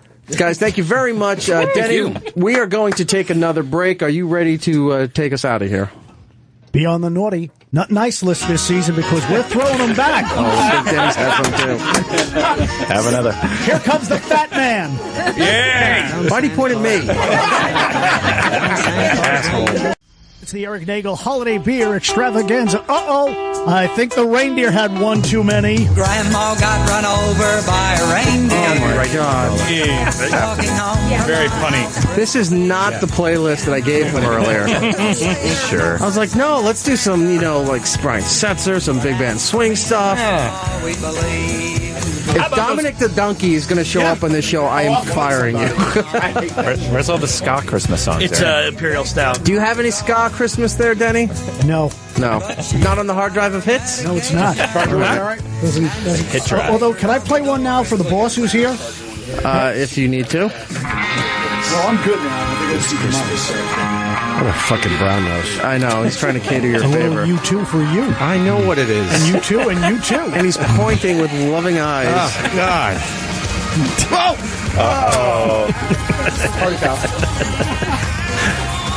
All right, nobody say a word about that. Why?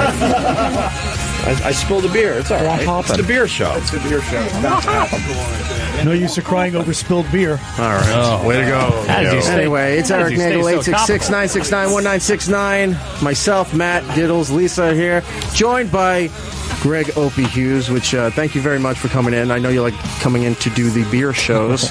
It's been good. How many beers have we tried so far? 1 million. Many. No, seriously, what's the number? No one's keeping track? It has to be close to 20. Yeah, it's probably about 20. Yeah. We're heading toward 20, I think. It's a baker dozen right here. And the Masters of None are here, Jam Mike. Yeah, for the record, we drank a couple other really choice beers. We had Mexican Cake by Westbrook a little while back. That was the stout with the chili peppers, the cinnamon, chocolate, vanilla. Sucks. And I don't think I got to try that one. Yeah, it's probably back there somewhere. It's in there. I got a little more over here. Here, just take a swig. And then I just poured everybody... Excuse me. Cannonball coming. And then I just poured everybody some Pliny the Elder. I realize what number 1 is now in Beer Advocate. It's Pliny the Younger. This is from Russian River Brewing Company out in It's just south of San Fran, I believe. Elder, they do in bottles. Double IPA, people kind of go crazy for. You can kind of get it from trading. People send it around, sell it on eBay, all that kind of stuff. And then Younger, they do on draft. I believe it's like a triple IPA. Does anybody know for sure? What is Younger? But it's draft only. It's close to triple. Yeah, it's like probably like a 10%er, but Elder's like 8. Breaking that. Oh, jeez. He broke your mic. That's a problem. All right, cut him off. No, you're good. My Periscope is blurry. That means this is a success. We win. We win. Wow, why is my Periscope blurry? Anyway, it's you. Oh. Is that why? Oh, yeah, my lens might be a little... You're not having a good week when it comes to liquids in the studio. No, I spilled 3 times this week.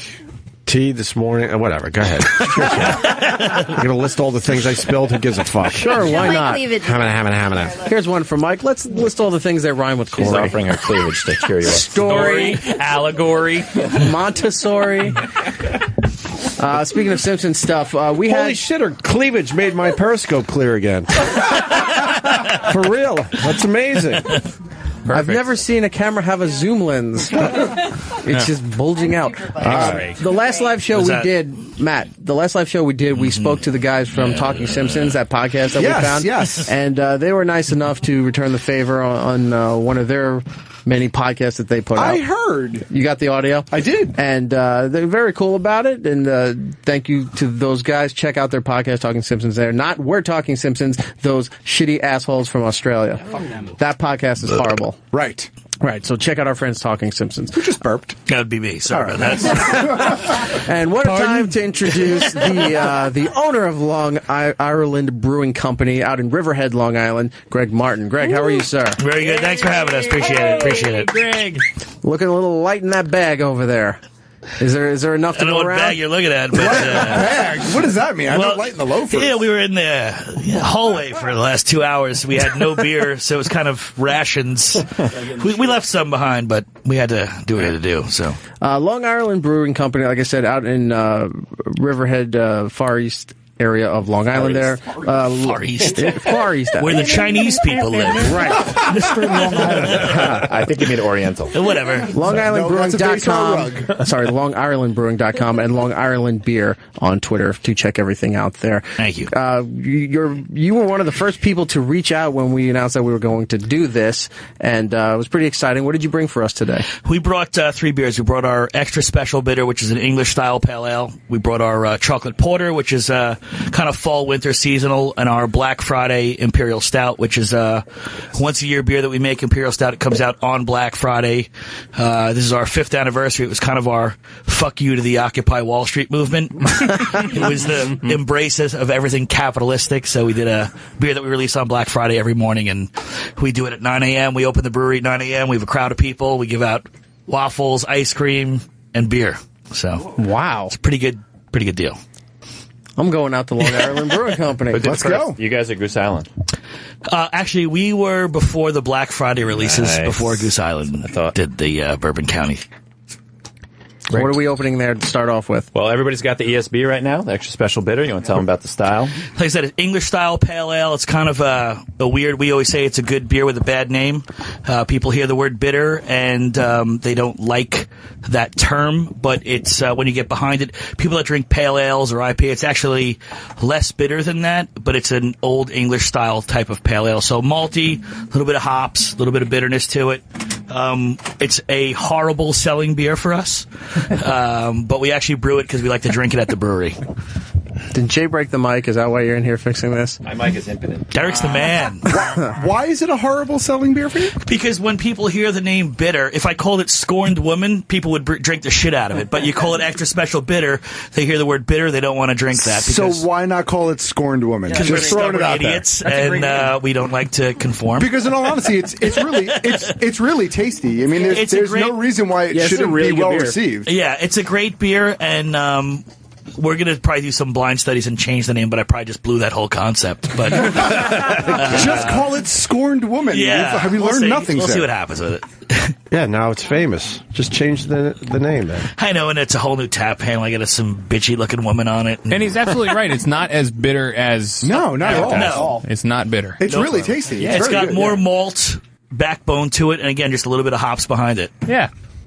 Oh, did you take a sample of it? I don't know which one it is. I got 10 beers in front of me. None of them are Schaffenhofer, I'll tell you that. Grapefruit. Thank you. My brother said you're a good guy, Greg Martin. Brett's an all right man. From F.H. Riley's. He goes, take care of Greg Martin if you see him. He's a fine eatery that we happen to purvey to. Very and good. I also know Scott and Mary as well. Oh, do you really? Yes. At the hard cider place? Well, I know Mary from the Chamber of Commerce. Okay. But I'll ask you questions off air. All right. She's too nice to be that nice. Yeah, she doesn't want to be in this world. She's the nicest human being I've ever met. Absolutely. She is. Yeah. So, you're members. You're members. It's like a sit-in because there's not enough room. People just Indian style on the floor, enjoying everything that's going around. Circle going, kind of awesome. Jay, what's the other one that you have right there that's ready to pour? I just poured out the chocolate porter. You want to tell everyone about that one, Greg? Chocolate porter is kind of a fall, winter, seasonal that we do. It's kind of a hybrid between, we do our pumpkin ale for the fall, our winter ale for the winter, obviously, and that's kind of our hybrid across. Real big chocolate nose to it. It's 5.8% ABV. It's kind of like, chocolate quick with a little bit of alcohol behind it. Eric, I know you don't taste anymore, but just smell it. It's really, really good. All right, you know what? I'll try this one. It's got some really dark. It's more dark chocolate, like Baker's dark chocolate to it. That's all right. Wow, the chocolate quick description is like spot on. That's delicious. Yeah, that's fantastic. Wow, that is good. So it's just an easy, nice, again, fall beer. And then we do a whole series, like we'll do a chocolate pairing. There's a East End chocolate company, a chocolatier. Right. So at the brewery, we'll do a chocolate pairing, and we'll dose certain kegs of that with strawberry, with raspberry, with cherry. So we'll have chocolate, strawberry, chocolate, raspberry, chocolate. Wow. We'll do cherry chocolate, all different stuff like that we'll do to mix it up for the chocolate pairings that we do. What was the name of this one again? I'm sorry? That's just chocolate porter. We suck with beer names. Like I said, we just named it after the style of the beer. It's chocolate porter. We really suck with beer names. You got to get some beer names. You can pour this over ice cream, by the way. That would taste good. Absolutely delicious. Yeah, this is fantastic. I hate these kind of beers. I really do, and this is amazing.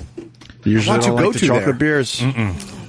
Not at all. It's like the pumpkin beers. They usually have, tastes that don't taste like pumpkin. It tastes like Yankee Candles. Correct. Exactly. Hold on. I just want to say, let me tell you, you have a new fan with this because Matt's pushing the mic away to stress the point as he mouths to me, no, this is really good. Like everyone's really against him on this. Yeah.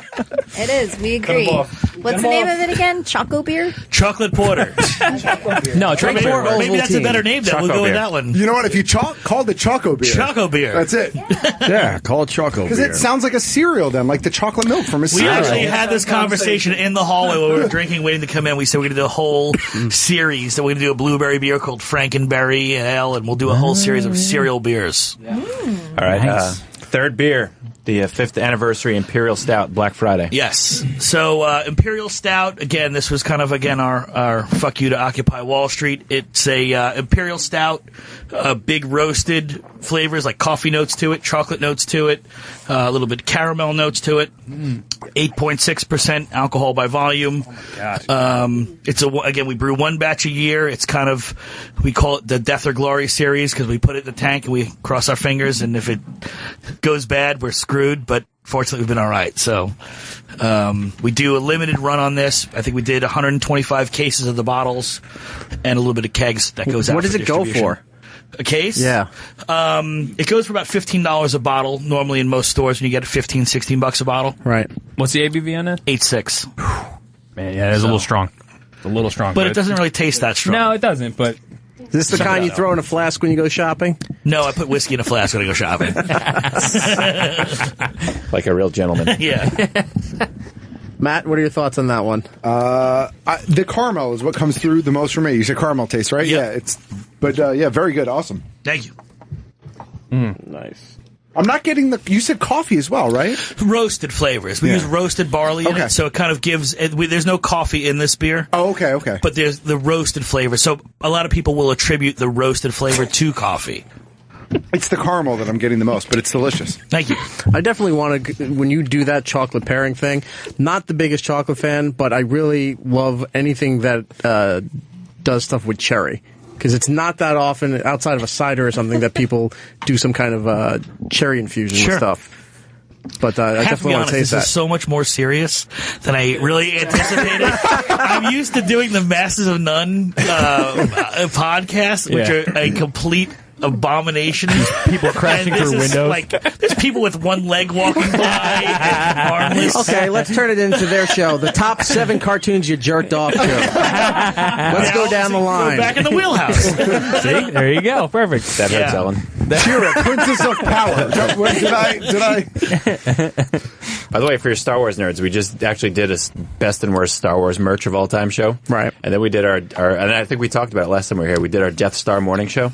Which I downloaded and listened to, and do you want to tell the concept, or can I talk about it? Go ahead, Go ahead, man. They came up with this idea of, the Death Star is not just a weapon, but it's a whole city. world. It's a community city. There's so many different layers. People have all these different jobs. Somebody has to entertain these people, so these stormtroopers do a morning show on the Death Star on the day the Death Star blows up, and they don't know it. So they're doing about half an hour into the broadcast, but all of a sudden it just explodes. It's definitely worth checking out. Is it only on the site, or can they get it through iTunes? No, Get it through iTunes, yeah. mastersofnone.com. We got the links up there, and you can On check out the old iTunes. episodes. We have a best of up there now for people to check out. We figured to get some new people to check out. Yeah, it's on iTunes, all the podcast apps. SoundCloud, Stitcher, all those. But we look to capitalize on any kind of topical thing. Yeah, basically, I like just hoard listeners. Topical humor. Mike in Connecticut. Mike, how are you? Oh, pretty good. Hey, you guys said you were all sitting around on the floor and that passing things around. I think it'd be a good time for somebody to flip up a button. That part really get good. What was that? Somebody to what? Do What? Somebody to do a Everybody mulligan? Shotgun was it? Either I've had too much to drink, or his phone crept out halfway through. I'm not sure. Well, let's play it safe. Don't drink and drive, Mike. Thank you for the call. This has been what did you call it? Choco beer? But that's not the name. Choco beer. Chocolate porter. The chocolate porter. Again, like I said, I'm not a big chocolate fan, but I think the way you painted the description of that with it's like Nestle's Quick or something like. Yep. That's really good, and that's dangerous if that's in your fridge late at night. You just stumble around, you wake up, you go down and get like a drink of water or something like that, and that's there. If you're that's stumbling what you're doing. already, it doesn't matter. It doesn't matter. No, I'm just saying waking up, because that's what you're having with cookies. That's what you're sitting down at the table when you're by yourself. You're pouring that thing, and you're just going to open up a bag of Oreos. I like the idea of pouring it over ice cream. We've done that. Yeah. We've done that. We also do a coffee stout that we do. We do it's a session beer. It's only 3.5% alcohol by volume, and it's cold blended coffee into it. We call it breakfast stout. And it's again, a horrible name because everybody attributes it to like Founder's breakfast stout, and ours is 3.5% alcohol and theirs is 11%. So people are like, this beer is horrible. It's only 3.5%. It's completely opposite ends of the beer. But for ours, it's a true breakfast stout. It's only 3.5%. It's got coffee in it. It's a true coffee beer, but it's kind of like the Manhattan Special. If you ever, drank a Manhattan Special, Brooklyn. it's kind of got Make that. right down the street from my apartment. At the Manhattan Special place, right there. It's great. What's that? What is the distribution for your brewery there? Oh, that's delicious. We actually just had a big fucking fight with our New York City distributors, so we have 0 distribution for New York City right now. Oh, that sucks. We're working it out right now, but we're going to be switching up distributors for New York City. But right now we do all of Long Island, and we stop just south of Albany with currently the exclusion of the 5 boroughs. But outside of that, just the biggest beer market in the world, So outside of that, we go to just south of Albany. Is any of this available in New Jersey? No. So I got to make a trip. You work here. Yeah, but you just said it's not available in New York City, so I got to make we'll make it happen. Okay. There's still bottles on the shelves. Put a couple of the cherry ones on the side What for is this me. we're drinking? Yeah, what is this wizardry that's in this cup? This beer keeps changing flavor in my mouth. It's wizardry. I don't know what this is. Wizardry. This is Founders Project Pam. It's a black IPA. Say Project Ham? Project Pam. Pam, P-A-M? Yeah, there's spray butter Oh, it's in a it. silent N. It's spray butter. It's a black IPA aged in maple syrup bourbon barrels. It's from delicious. Founders. It's delicious. Yeah, the aforementioned Founders. Yeah, thanks for bringing that up. Thanks, Jay. Appreciate that. In case you're wondering, go to Opie Radio on Periscope. He's doing his own show in the corner with Danny while we're tasting all Greg of this loves stuff. when we sandwich his beers between Pliny the Elder and then like a Founders. Yeah, I feel really good about myself. I'm 5'8" and my shoe size is 8. I have a small penis, and now you're putting me between two of the largest breweries in the country. Appreciate that. Thank you. Lewis, do you want to try any of these? I love Greg. Run in, come get something. Hey, I was just talking to Danny in the corner. Yeah, we know. Yeah, we saw. We saw. And he said that 7-Eleven used to make a beer. Is that true? 7-Eleven, yes, they did used to make their own beer. It was a very cheaply made. Did it come in a tube form that rolled and kept it warm? I think it was made from either. It was $2 with a big Milwaukee's. It was either Milwaukee's Best was making it, right? Was it called Wheezing the Juice? No, it was just called 7-Eleven beer. But I am a Portly Shore fan. No, I thought it was something like Champion or something along those lines. I gotta be wasn't as Lisa, good, that was disgusting. Wasn't as good as a Meister. That was meaty. It wasn't as good as Stewart's Mountain Ice. I pushed it away to the side. Oh, that was terrible. You got that, didn't you? All right, Ope wants the Periscope on film, so we'll just move on from that. It's just devolving into We're chaos. speaking with Greg Martin from Long Island Brewing.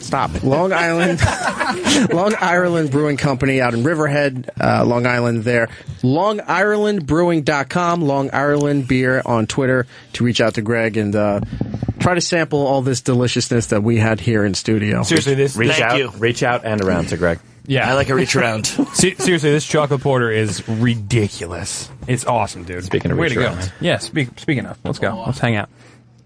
You make me so uncomfortable right now. I'm gonna be honest. I love you. It's very uncomfortable. Safe space, sir. Safe space. This is so weird for you guys. It's so weird. It is. Jay, I'm sure you get this question a lot. Let's go to Steve in Chicago. Steve, how are you, I sir? will not make out with you. Hey, how you doing, Eric? Doing good, sir. Yeah, I just tuned in, so I'm not sure what you guys have been drinking, but you certainly sound like you're having a blast there.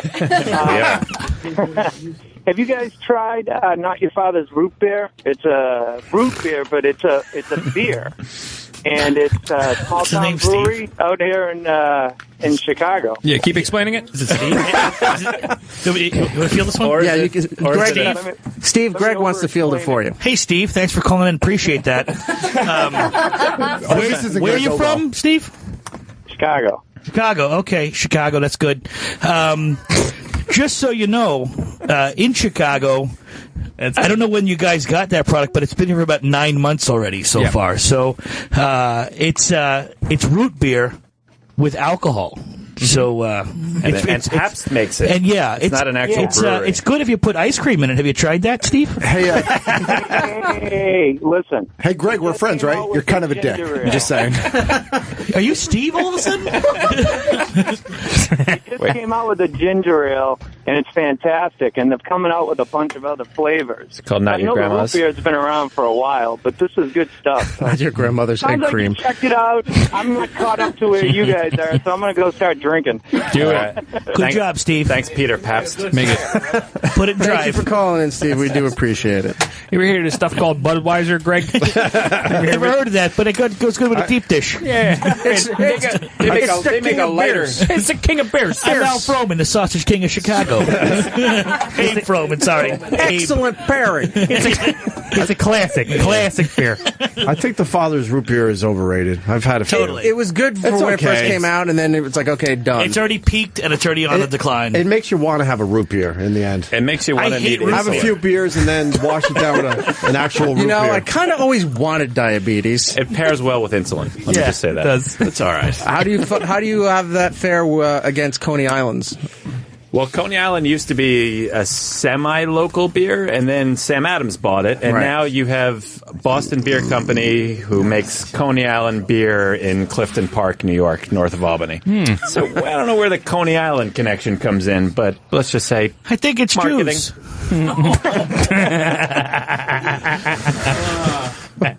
your Long Island gear right away. It was, thanks for 2SB for coming in.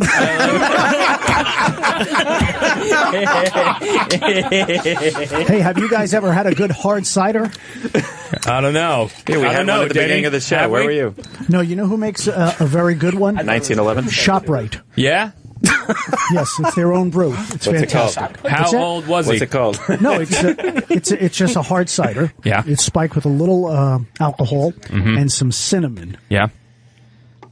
And then that's it. And then what happened? You know, when you tell these stories, Denny, it helps to have a point. Let's go to Greg out in Long Beach. Greg, how are you? Get to the point. Hey, what's up? I remember the name of the 7-Eleven beer. It was Game Day. He's right. Yes, he's absolutely right. 100% right. Give him a prize. He wants that dirty coffee cup. This isn't the prize show. No. Boo. You know what, Greg? I'll put you on hold. If somebody's coherent back there, they'll get your information, and I'll send you something. Yay. All right, thanks. No problem. Hi, Greg. Louis would if he could see it, but the lights are off, so it's really dark in there. Yeah. Is everybody calling named Greg? Yeah. What's happening? Let's go to Ron in Baltimore. Ron, how are you? Hey, guys. Hey, I didn't know Denny was there. I just realized it. Hey, Denny, do you remember Cities? What was it? Cities or titties? Cities? Fitties? Do you remember laughter? Does anybody remember laughter? You got it? I can't hear him. Say it again. You remember cities? Cities? Beer? Cities. Is it a beer? No. Is it a beer? What are you talking about? Like the actual concept of cities? Yeah. He's not that old. Ancient Babylon. See, what you have to do is you have to build one commercial brick and then one industrial brick. Denny, Denny, do you remember how awesome Rome was? Do you like movies about gladiators, Denny? What you do is you build the commercial park, not near the residential area. Of course. Then you build an airport, and as the plane's taking off, you crash the plane so it burns, and you put park in there, and it lowers your pollution. No, see, but if your airport is too close to the residential, then you have pollution problems. Well, that's why you do it in the commercial area. Life hacks. Is this Sims or Minecraft? I'm confused. I think it's a meltdown. I always just put in a pool and then took the ladder out to drown everybody in the fucking place. I would build a fireplace in the living room with a lot of furniture around it and then remove all the doors. Pee yourself. So that was always fun. Yeah. Mike, things are getting tense in here for no reason, right? Yeah, it feels like a fight's going to break out. What's happening? I don't know. Too many beers? I think Matt's angry. What's happened? Matt, are you all right, man? I'm fine. You okay? I'm okay. Is that bearded villain persona coming up now? It's because I have to stare at Lewis the entire show. You are eventually trying to say. inspires All right, rage. Matt is getting cut off. That is just horrible. That's terrible. All right. Long Island Brewing Company out in Riverhead, Long Island. LongIrelandBrewing.com. Long Island Beer on Twitter. Greg, thank you so much for bringing all this stuff in. Sir, don't be a stranger. I'd like to have you back anytime. We're going to take a break. Denny, are you all set for that? You know, being we're having such a blast here, playing the biggest holiday hits. Oh, God. It's And Mariah speaking Carey. of big hits, that's right. It's Long Island's own Mariah Carey. That's right. Hitler had some good ideas. And the holiday beer extravaganza continues. And you know, the holidays are all about friends and families. And speaking of families, it's the Jacksons. Mommy's kissing Santa Claus.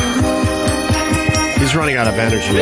And he did not follow anything I gave him on the playlist. No, he didn't just hit the post. I hate when he goes rogue. I licked his ear. Ew. Spank the post. Why? Huh? Why? They told me to on Periscope. Did you like that, Danny, when I licked your ear? Yes, I did. It was nice, right? Very nice. His breath stinks, by the way. We're drinking beer. It's horrendous. That's not beer. Earlier, he's like, so what would we be sampling tonight? You got any Michelob Ultra? And I was like, no. Welcome back to It's Erik Nagel here on Opie Radio. Matt OG, myself, Gittles, Lisa, the usuals here, but also joined by Greg Opie Hughes and the Masters of None. Yeah. Everyone seems to be having a good time. Absolutely. Yeah, dude. Ope's getting a lot of good material for his Periscope, so follow that at Opie Radio on Twitter and Periscope for all of that stuff. It's mostly Lisa's cleavage, but no, only when it's a good follow. Only when the numbers dip. I've gotten some followers. I'm sure you have. There's some in this room. She has a note now, so every time I show the cleavage on Periscope, she puts up her Twitter consent. handle. She's smart. I am of sound mind and body. She's smart. Yeah, after 20 beers. So we've been doing, if you're just joining us, we've been sampling all kinds of beers for the holiday season and going into the winter season. We've talked to people from 2SP Brewing, our friend Ken Cage, and the guys from Philly. Long Island Brewing Company was just in here out in Riverhead. We spoke with Greg Martin. The Mustache Brewing Company, friends of Gittles and I and everybody else here. They were also out in Riverhead, Long Island. And now we focus on the Demented Brewing Company. Yeah. This one, Lewis, come over here. This one came recommended by our producer, Lewis.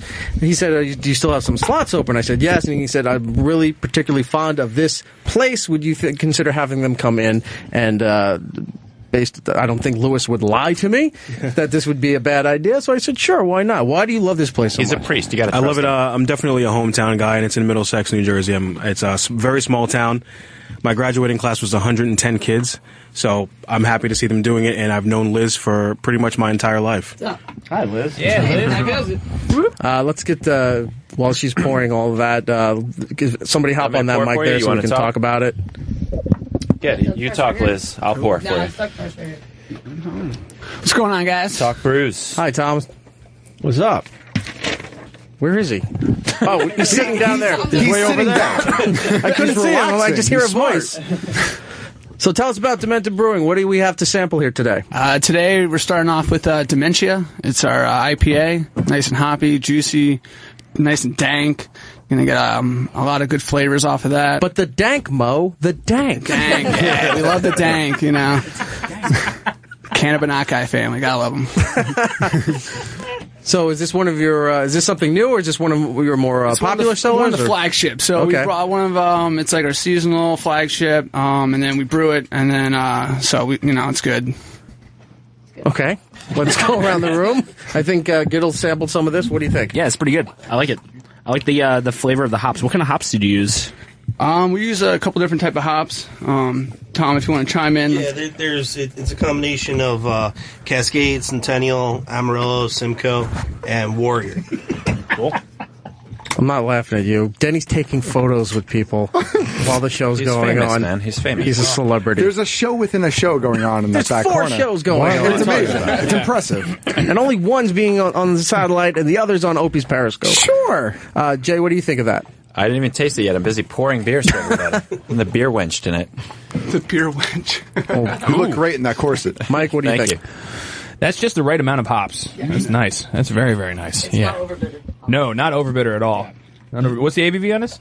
6.5. This is actually the younger sibling of our flagship double IPA, right? Double Dementia, which clocks in at like 8.5 ABV. Now you said you don't, Eric. You don't like IPAs, right? You don't like hoppy beers? No. The IPA stuff, I know it's very popular. It just doesn't sit well with me. And then I know people love that ultra hoppy stuff, the double hops, and all the different combinations of throwing more hops than everything else that you would need in a beer. There, it just doesn't. What does sit well with you, Stephen Hawking? Oh, what? Did I cross the line now? A Stephen Hawking joke? No, I think your Hitler comment earlier pretty much sealed the deal. That wasn't me. That was Denny. Yeah, that was Denny. Racist Denny. I'm normally not a hoppy guy either, so I'm kind of with you. I think flavor-wise, Eric, but I think you'd actually really enjoy this. It's very tasty. Okay. It's not overbearing with the hops. I think you'd really enjoy it. You know what? I'll take a sip off your cup. Do a little something. You only live once. Nice. Smells good.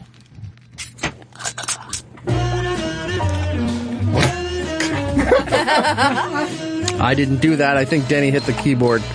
It is. It's the right amount. Keyboard. I think you know what? That's not bad. It's the right amount. Denny just fell asleep on his Casio, or whatever the fuck that is in the back. He's drinking a couple of Heinies. It's the bunny hop. Oh. Shush. Oh, hops. I get it. He's never not on. No kidding. And he hasn't had a drink, so, You been drinking anything, Denny? No, I have. I've been having little sips. So you get your, what are you drinking over there, Denny? You get your Camelback full of Schlitz? What do you got over there, buddy? I have the one that they just passed from the Demented Brewing Company. Mm-hmm. With the hops in it? What are your thoughts on it, Denny? I usually don't like IPAs, but this is nice. It's not too strong. Yeah. What do you say? Strong. It's really strong. Not too. Strong had 4 syllables in it. Strong.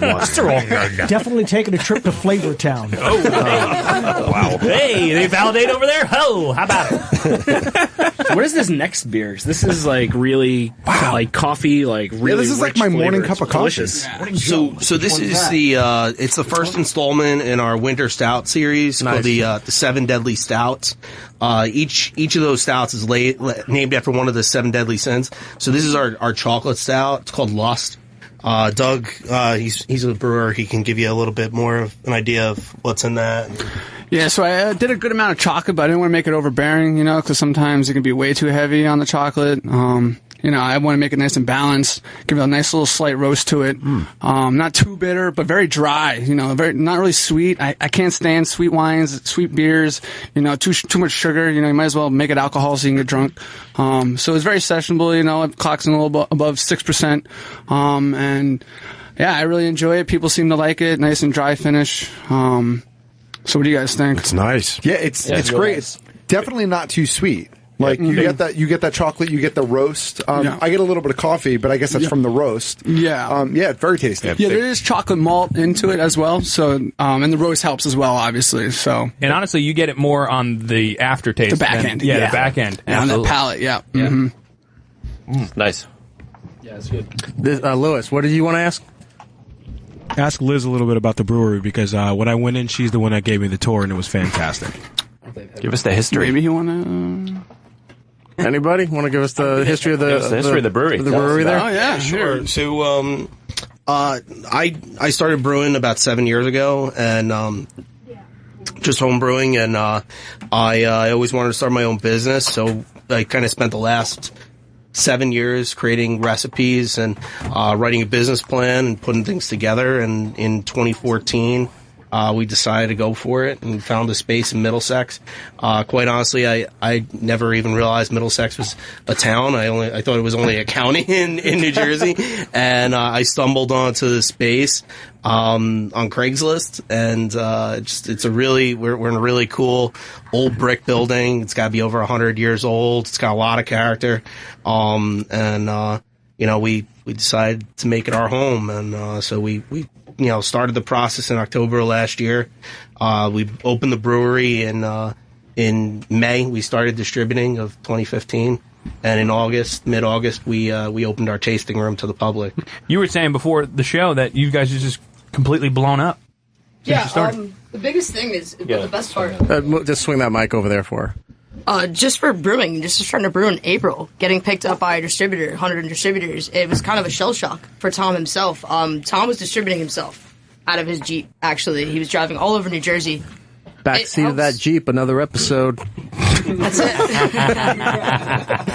Sorry, continue. It really helped. It blew up. The thing about Demented, which people love the most, is because Weird New Jersey is huge. Yeah. Yeah, and so Tom actually went off the theme of the Jersey Devil. As you can see, our logo, we're not Satanists. Yeah. So the biggest thing is people come in, and the way it's decorated, we have handmade murals, and the way the brick in the building is, it's so rustic, and it's so old, and it just works with the real name Demented. A lot of our beers are just creepily named, I have to be honest. We have our Rumpelstiltskin, Henry VIII. Everything just works on that play. And we work that off really well, and the taste of the beer actually goes with each combination. I think that's key. And Jay, I don't know if you can chime in on this, but like smaller beers have like if they fall into like a niche like that where they, find their audience, they can just blow up really fast. No, I disagree. When people find their audience, they usually fail. Sorry. What? You all right, dude? You all right? Everything cool? Yeah, I was taking a selfie, dude. I don't know why you're interrupting me. Sorry, I interrupted the selfie. It's my fault. So much going on in here. So we do next video and greed? 8 things going on. I always see on the rare times that I look at Snapchat, I always see Lewis down there. But you guys tie in with any of the beer pong competitions and stuff? No, unfortunately, the state of New Jersey frowns upon any type of bar games being played in our establishment. So, Christie for president. We have a tasting room, not a bar. So they like to. Yeah. Do you give quote tours? We do. Everyone's required to take a tour before they can be served. Well, because Cricket Hill, I know, and Cricket Hill is a brewery in New Jersey. They give, quote, tours, and what it is basically you go into their warehouse and you just drink beer. You just drink beer, but sit somebody, on a pallet. Yeah, somebody gives this speech, so that's considered a tour, right? Is that something? Is that what it is? The first time people come, we usually try to take them back and do a guided tour. And then every time they come in, we have tour cards, and we, the second time they come, we just let them go back and do like a self-guided tour, to reacquaint themselves with the brewery. But usually, with the first time people come, we'll try to make the effort and give them that experience, that brewery experience that they're looking for. There's a lot of people travel distances to come see the brewery, and there's a lot of beer geeks out there that really, like seeing that stuff and checking out different places and how they do things. Yeah. What do you have to do to get one of those T-shirts? We actually brought a couple. Nice. Getting some You free might have to stuff. see some cleavage. Do we get more cup? You're on. Have Denny do some trivia.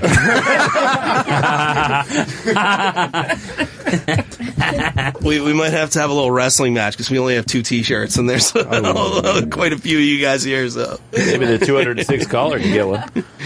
Not at all. I want one of those things. What else do we have there, Jay?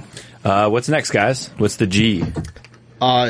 G is Greed. That's the next installment in our stout series. It's an oatmeal stout, and it's actually not even released yet. It's coming out on Sunday in our tasting room. It's going to be released on Sunday, so you guys are kind of getting a sneak peek of this one. Spoiler alert. Yeah, why don't you just ruin the new Star Wars while you're at it? You dying anytime soon? Anybody here? Oh, thank you, sir. Oh, that's good. Nice. You like the oatmeal stout? I don't know what I like. I'm not even. I don't know. I like it. This is pretty good though. Just put a cup in front of Ope and he's like, yes. No, not really, but this is pretty good. Yeah. I hated my beer. Mike, what do you think? Again, this is a lot lighter than most oatmeal stouts that I've had. It's not. It's smooth up front. Yeah, very really smooth. Yeah. What's ABV on? The oat on the nose. It's nice, for real. And then as it warms up, you get a little bit more of that oat breaks out. Mm-hmm. That guy knows what he's doing. I could tell. Yeah, you could just tell, right? Because he's giving no guff. Right. No, he's really all good. business. Yep, you can see most of the white in his eyes. Jay, what do you think? We use a ton of oats in this beer. In fact, half of the base malt we use is malted oats, which is a lot different from the way a lot of other breweries tend to make oat beers. A lot of breweries will use flaked oats, which we also use a ton of in this beer. But it's I would say probably more than half of the grist of this beer is oats. Yeah. Good. It's really good. good. It's I'm really sure good. horses might It's like got a it. really clean finish, which is what I like. Sometimes with stouts, you get like a weird aftertaste. But This guy comes with his own rim shot. It's nice. You know what, Mike? Oats are what a champion thoroughbred eats before they win the Kentucky Derby. Steak will make him Logie. Good thing he's not a horse. Yeah, that was good. Right back with the Simpsons cast. We get it. Mario in Ramsey, New Jersey wants to talk to the guys from Demented Brewery. Mario, you're on. Hi, how are you guys? Good, how are you?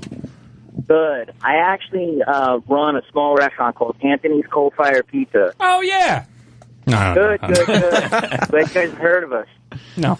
We have a huge craft brewing following, and we'd love to do stuff with New Jersey people. And since you guys, I've never actually heard of you guys because our 100 reps are really not that great.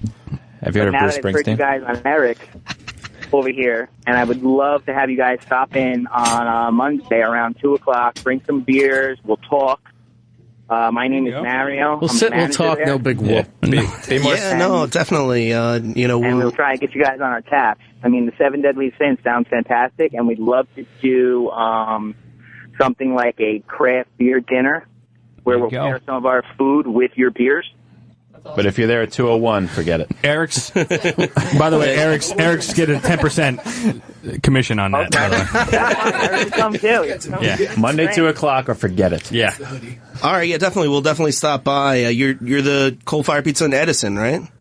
No, not in Edison. In Ramsey. Ramsey, okay. All right, yep, no problem. All right, contact them through dementedbrewing.com, and you guys can get all that set up for each other, all right? There you go. Business. We're making things happen here, Jay. This is commerce. This really is. Capitalism radio. Woo! Let's go to Dr. X in Mexico City. Dr. X, how are you? Hey, Good.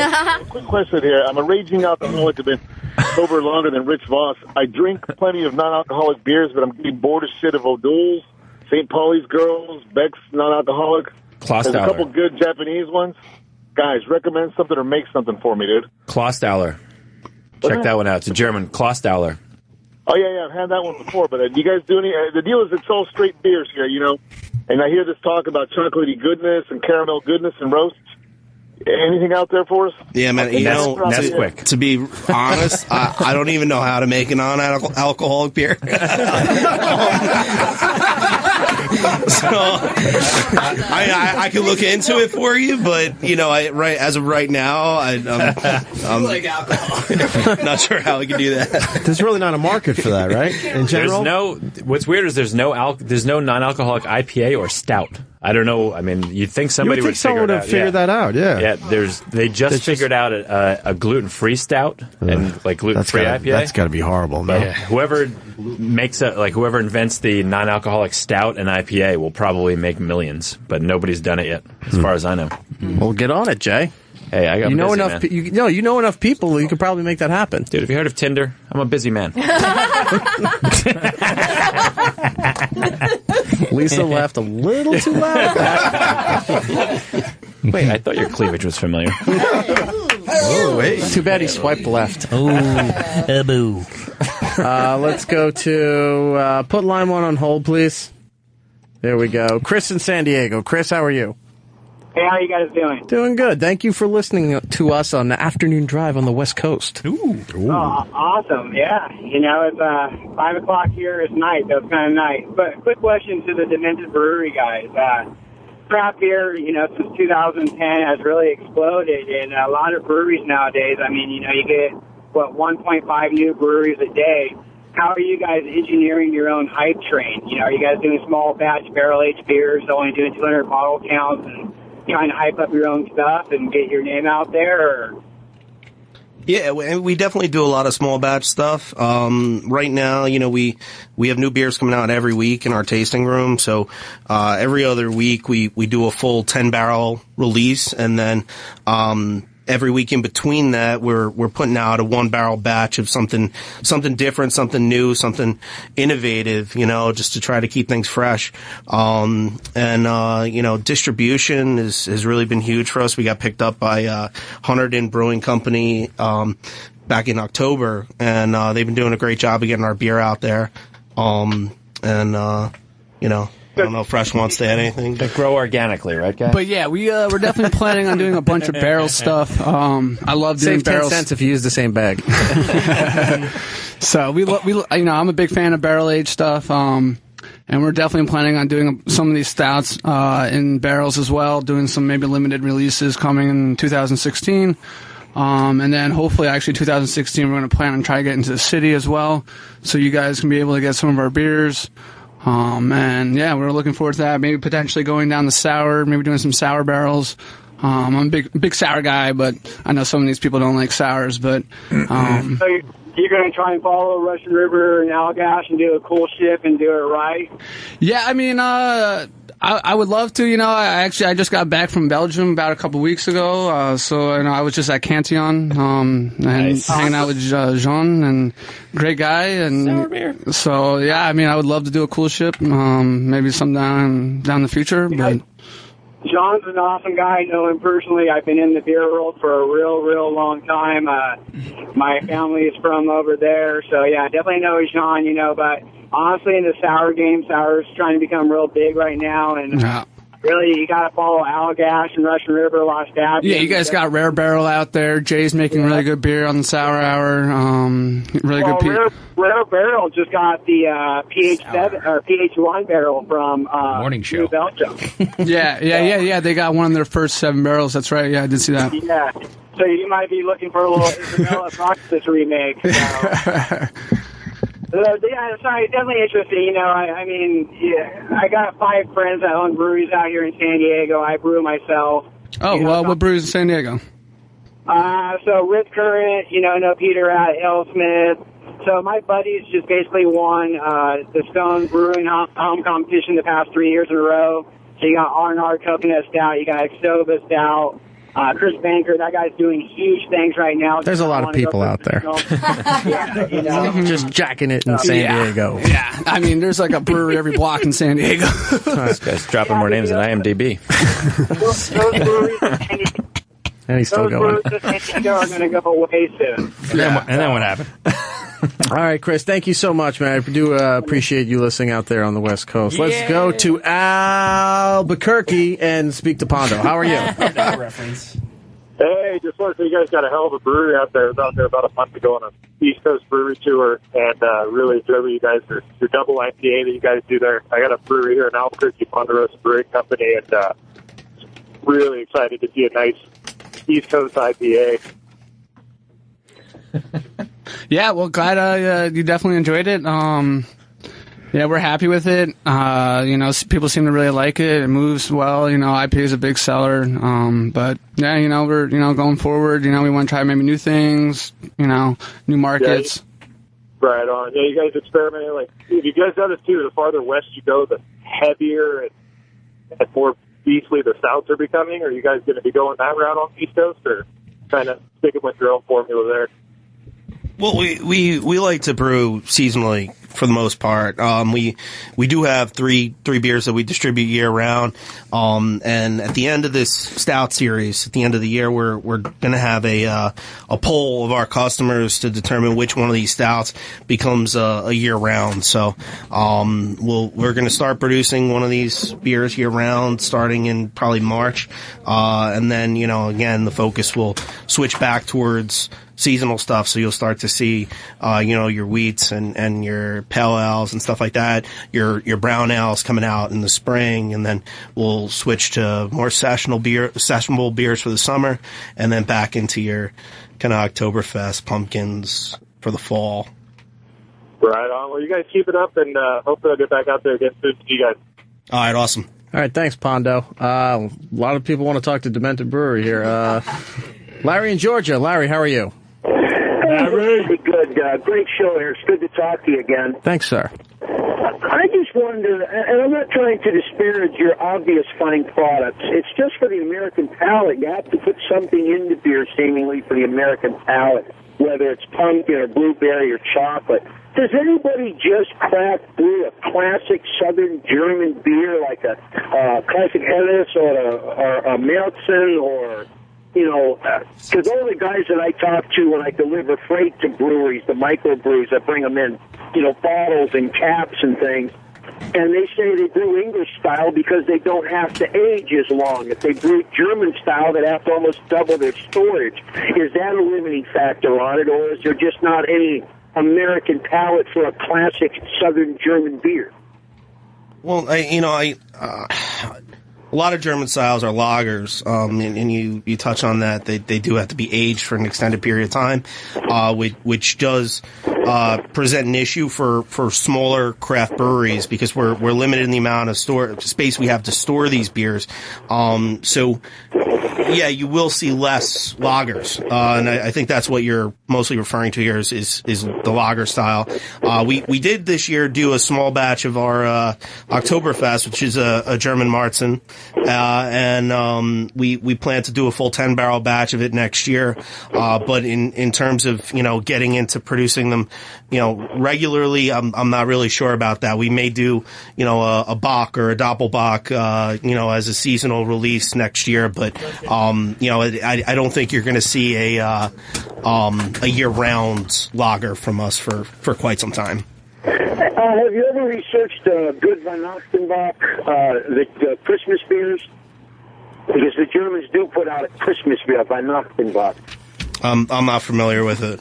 Okay, I'm just living in southern Bavaria, or southern Swabia, and in Bavaria for 7 years. Worldly. You acquire a kind of a palate, and you're kind of spoiled, from that. Krampus? Yeah, Krampus with the crunts. Krampus with the clumps. Eddie Murphy as Krampus. There's your Eddie next Murphy. topic. Movie mashups on Masters of None. Jay, I mean, since you're kind of like the all-round beer expert. Yeah, all beer. I know what you mean. Here we go. Are you familiar with the Christmas beers? Yeah. Yeah, I mean, like the winter seasonals, there's, it goes back to like old school. Like they added a lot of spices and crap to it and wassails and whatnot. What was that word? Wassails. Wassail. What is that? I don't know what that is. Just look it up. It's a winter beer. All right, I'll look it up. All right. I'll tell you what it is. Google that. All right, cool. Stop everything. I don't know. I'm sorry. I was outside. Just getting heckled by everybody. By the Mustache and Long Island people. Oh, yeah. They're fun. Just walked back in. Well, the wheels have fallen off of this here. So, let's promote everything here because we do have to take yet another break. Where's the plugs right here? Demented Brewing Company in Middlesex, New Jersey. Go out there, take the tour, and enjoy yourself some fine quality beer from Demented Brewing Company. DementedBrewing.com and Demented Brewing on Twitter. That's everything, right? Is there anything else you need to plug? We are plugged in. All right, there we go. With that, Denny, take us to break, and we'll be back. You know, with all the talk about New Jersey, the Garden State, Hey! we got to play Bruce Springsteen. Come on! That's not Bruce.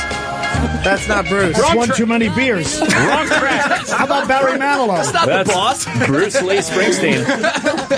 Brenda Lee Springsteen. That's also not Bruce, but all right, here we go. But it's Barry fitting for this show. Manilow. We'll on, be right Barry. back. Here's Erik Nagel. Erik, Matt, I think Gitt is in there too. Anyway, the show will be right back.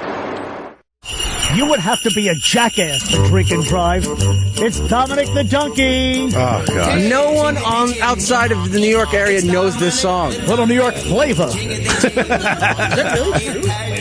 Yeah, it's true. Nobody outside the East Coast knows this song. I don't know if you're right about that. If you were from the East Coast and moved elsewhere, you know it. But they never play this on the radio outside of New York, Philly, Boston, maybe. What's the guy's name again? Lou Monte. Lou Monte, right? He did Lazy Mary, Shut Up in Your Face, and one other one. Yeah, that was that a staple in your household, Matt? Unfortunately, it was. This was unfortunately a staple in my household too. My grandmother, for some reason, loved this song, and it's terribly offensive, really. Playing the chipmunks. No. This is Peppino the Italian Mouse, the other hit by Lou Monte. Oh, I'd rather have a staple in my face than listen to this. Yes, I would concur. All right. Thank you there, Denny. Welcome back to It's Erik Nagel. It's our holiday beer show, winter seasonal tasting, whatever you want to call it. Could I just do my wrap-up? Please do. Dennis Falcone on Twitter. I was on, and now I'm gone. That's it for you? Cheers. You didn't even plug your business. Wow. DennisFalcone.com. There you go. Doesn't he have a final song to wrap this up, or yeah, no? we're going to take care of it. Hey, I'm not allowed to play anymore. I got an observation. So, sure. How did these breweries get traction? It seems like there's so many popping up. Yeah, we just hit more breweries in America now than ever in history. Really? Like over 4,100 breweries now. Yes, someone said 1.5 breweries per day? Yeah. Is that the stat I heard earlier? Pretty much. And when did it start exploding? How many years ago? I mean, in the late 90s. Oh, really? This wave, yeah. But it seems like the last few years it's really just taken off, or am I wrong? But yeah. Mm-hmm. So, I mean, how do you guys make money? If there's so many. They're all gone. They're all outside. You just hope do you hope one of the big boys... They're scaring Shade 45 right now. Yeah. Do you hope one of the big boys just buys you out? I mean, for some, that's the goal, yeah, definitely. But, I mean, I think the big boys are buying them out just to, stop the eroding of their market share. Right. And then, so the Craft Brewers Guild is trying to get, their whole thing is 20 by 20, 20% of all the beer market share by 2020. But now they just keep buying up the biggest breweries to, I think, help keep that down and just to buy up the competition. Do you feel like Sam Adams kind of blew it? They had a lead on everybody. They were sort of doing this thing. They had so many specialty beers, and they're still considered craft. Yeah, I know. They kind of keep raising the bar to keep Sam Adams as a craft brewery, just to kind of keep the numbers up for the most part. Yeah.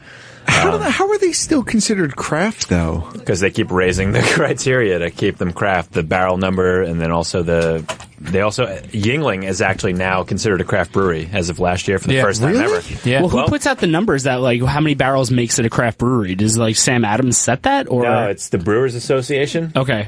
So basically, it used to be that the number of barrels that you had to be independently owned, not owned by a huge corporation, and then you weren't able to use adjuncts, which is like rice and corn, like kind of bullshit ingredients in your beer.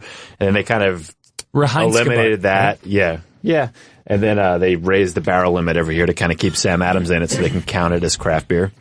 But Yuengling, if you think about it, is basically still a family-owned brewery since like 1890 or whatever. Wasn't Yuengling considered like the largest American-owned brewery? It is. But they use some corn and rice in their stuff because they make a lager. Oh. But they kind of eliminated that because there's so many craft breweries now making lagers, and they use a little bit of that stuff in there. And like cream ales use corn now. The cream ale's becoming a popular style.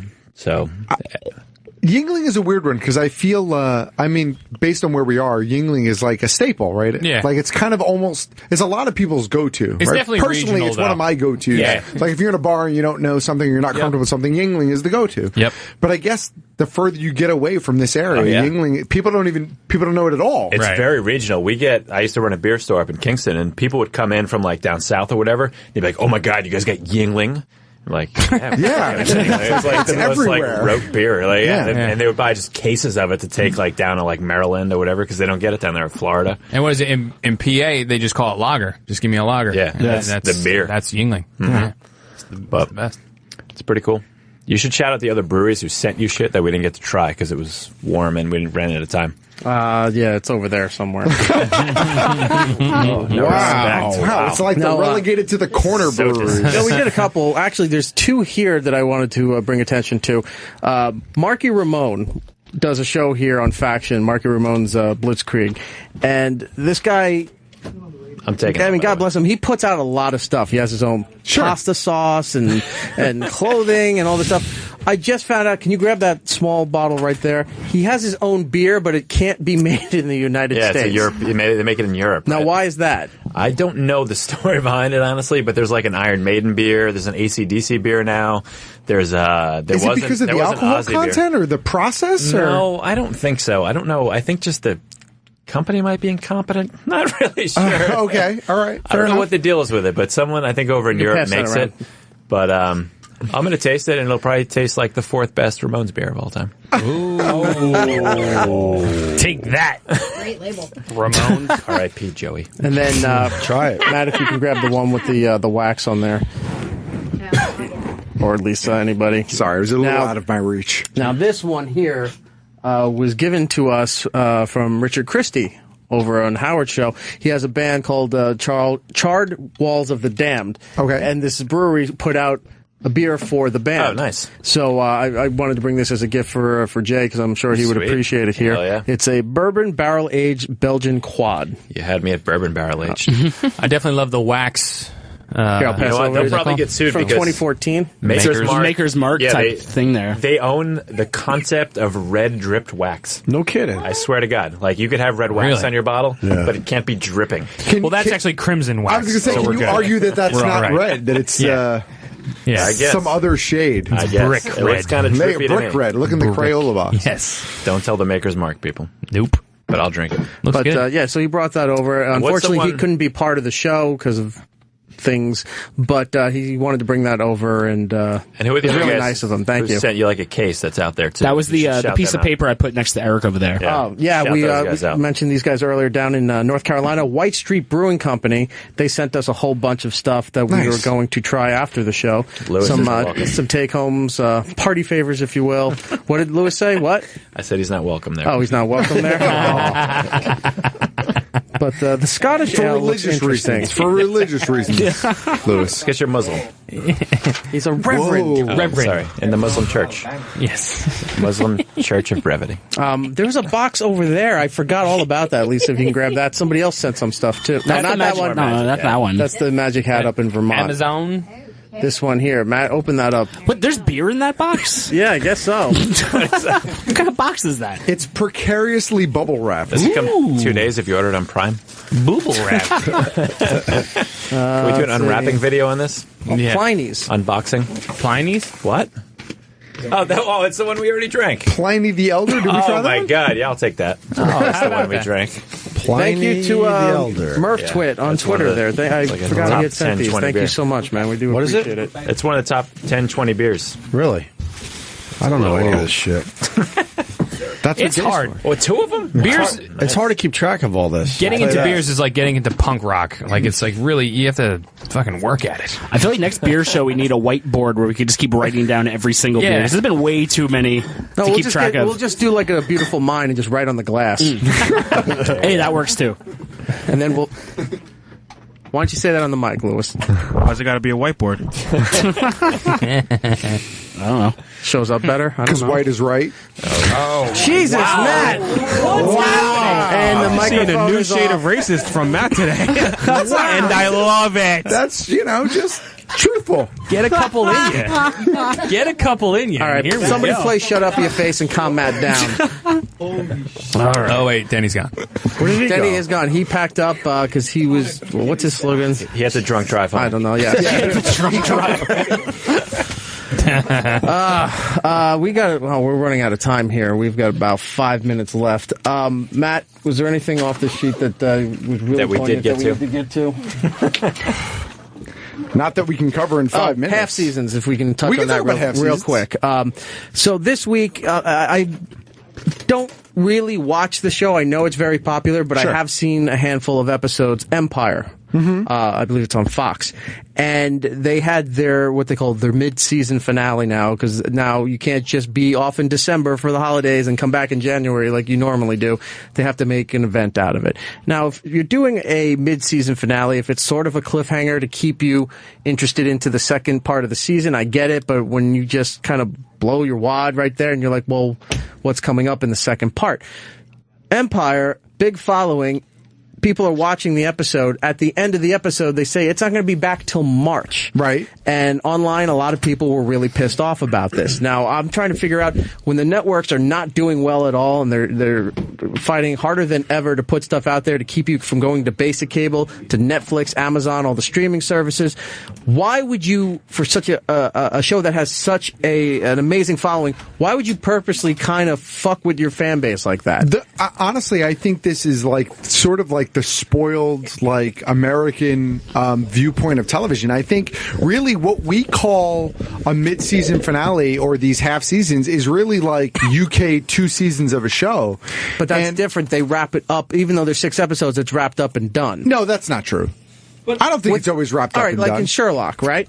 3 episodes, hour and a half, roughly each episode. They'll leave you with a cliffhanger for the next season, but you're not like saying, oh, you have to wait 6 months for part 2 of that season. Sherlock is probably the worst example you could use because at the end of one of their seasons, Sherlock is dead.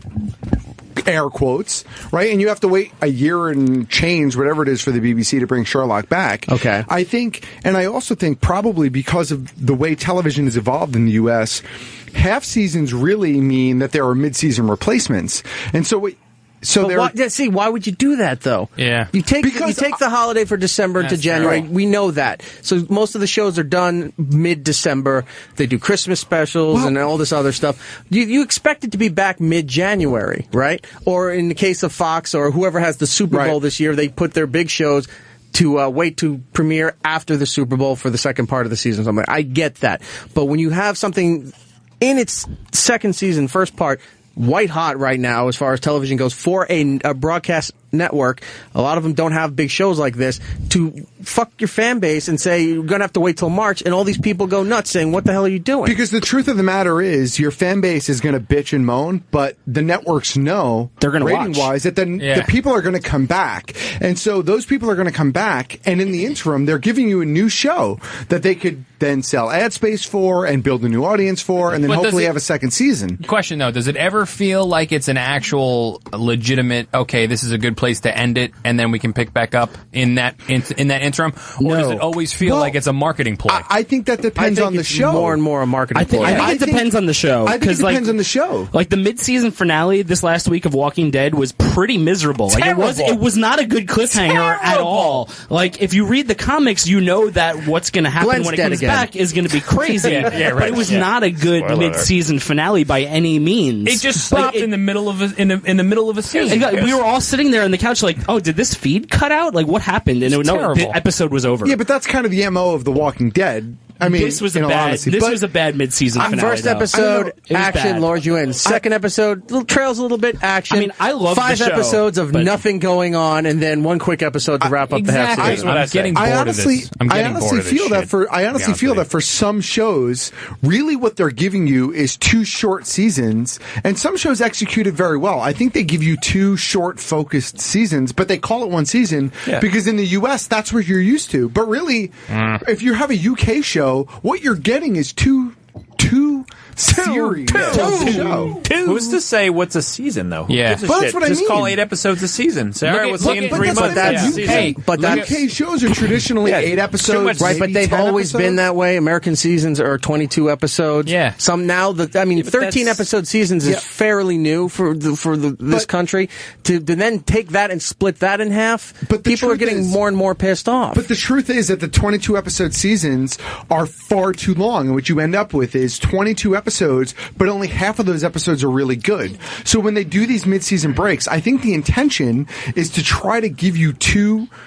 Now, it doesn't always work, but I think the intention is to give you 2 solid half seasons, and I think they're calling it one season because that's what the U.S. is used to, but I think really what you're getting is 2 seasons in 1 year, as opposed to one long 22-episode season. It doesn't fucking matter what a season is. A season is whatever they say it is, so just say it's a season, and fuck you, we'll see you in 3 months. It doesn't to you, because you're a fairly competent human being in the United States, but I think for the average dumb U.S. television watcher, we want Chili Willy. We want Chili Willy. We want Chili Willy. But also, the mid-season finale thing isn't new. Like, the people who watch Empire shouldn't be that surprised because mid-season finales have been around since season 3 of Walking Dead. But you know what, though? It's new. I think the problem is it's new for network. It's new for network, and it's not new for cable or other things. That's what I'm saying. We'll have to pick up this discussion next week on the program when we're back.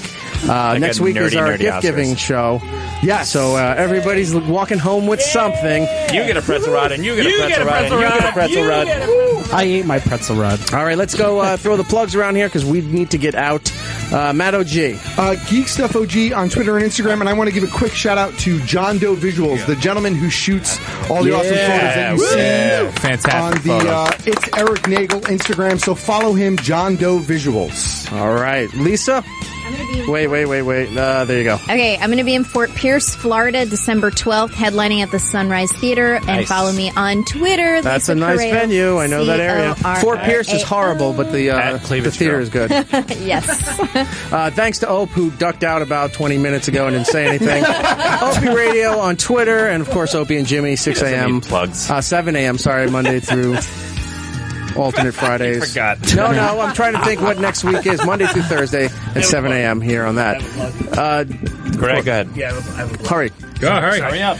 After today's episode, we've actually changed the chocolate porter name after we met Lewis, to White Chocolate Porter. Oh, my God. White Chocolate Porter. Yes. Perfect. Love it. We love him. He's love great. it. Masters of None Show. Subscribe to their podcast, mastersofnone.com. That's with an S, not the Z show on Netflix. No, and Masters of None on Twitter. We'll Jay? take all the followers at DrinkHV, at outofcode.net. Yep. Beer news. Mike? Let's fucking cheer up beer people. Masters of None, Twitter, Facebook, Instagram, Periscope, Snapchat, all that jazz. Skittles? Skittlebase on the Twitter and Instagram. Hit me up. There you go.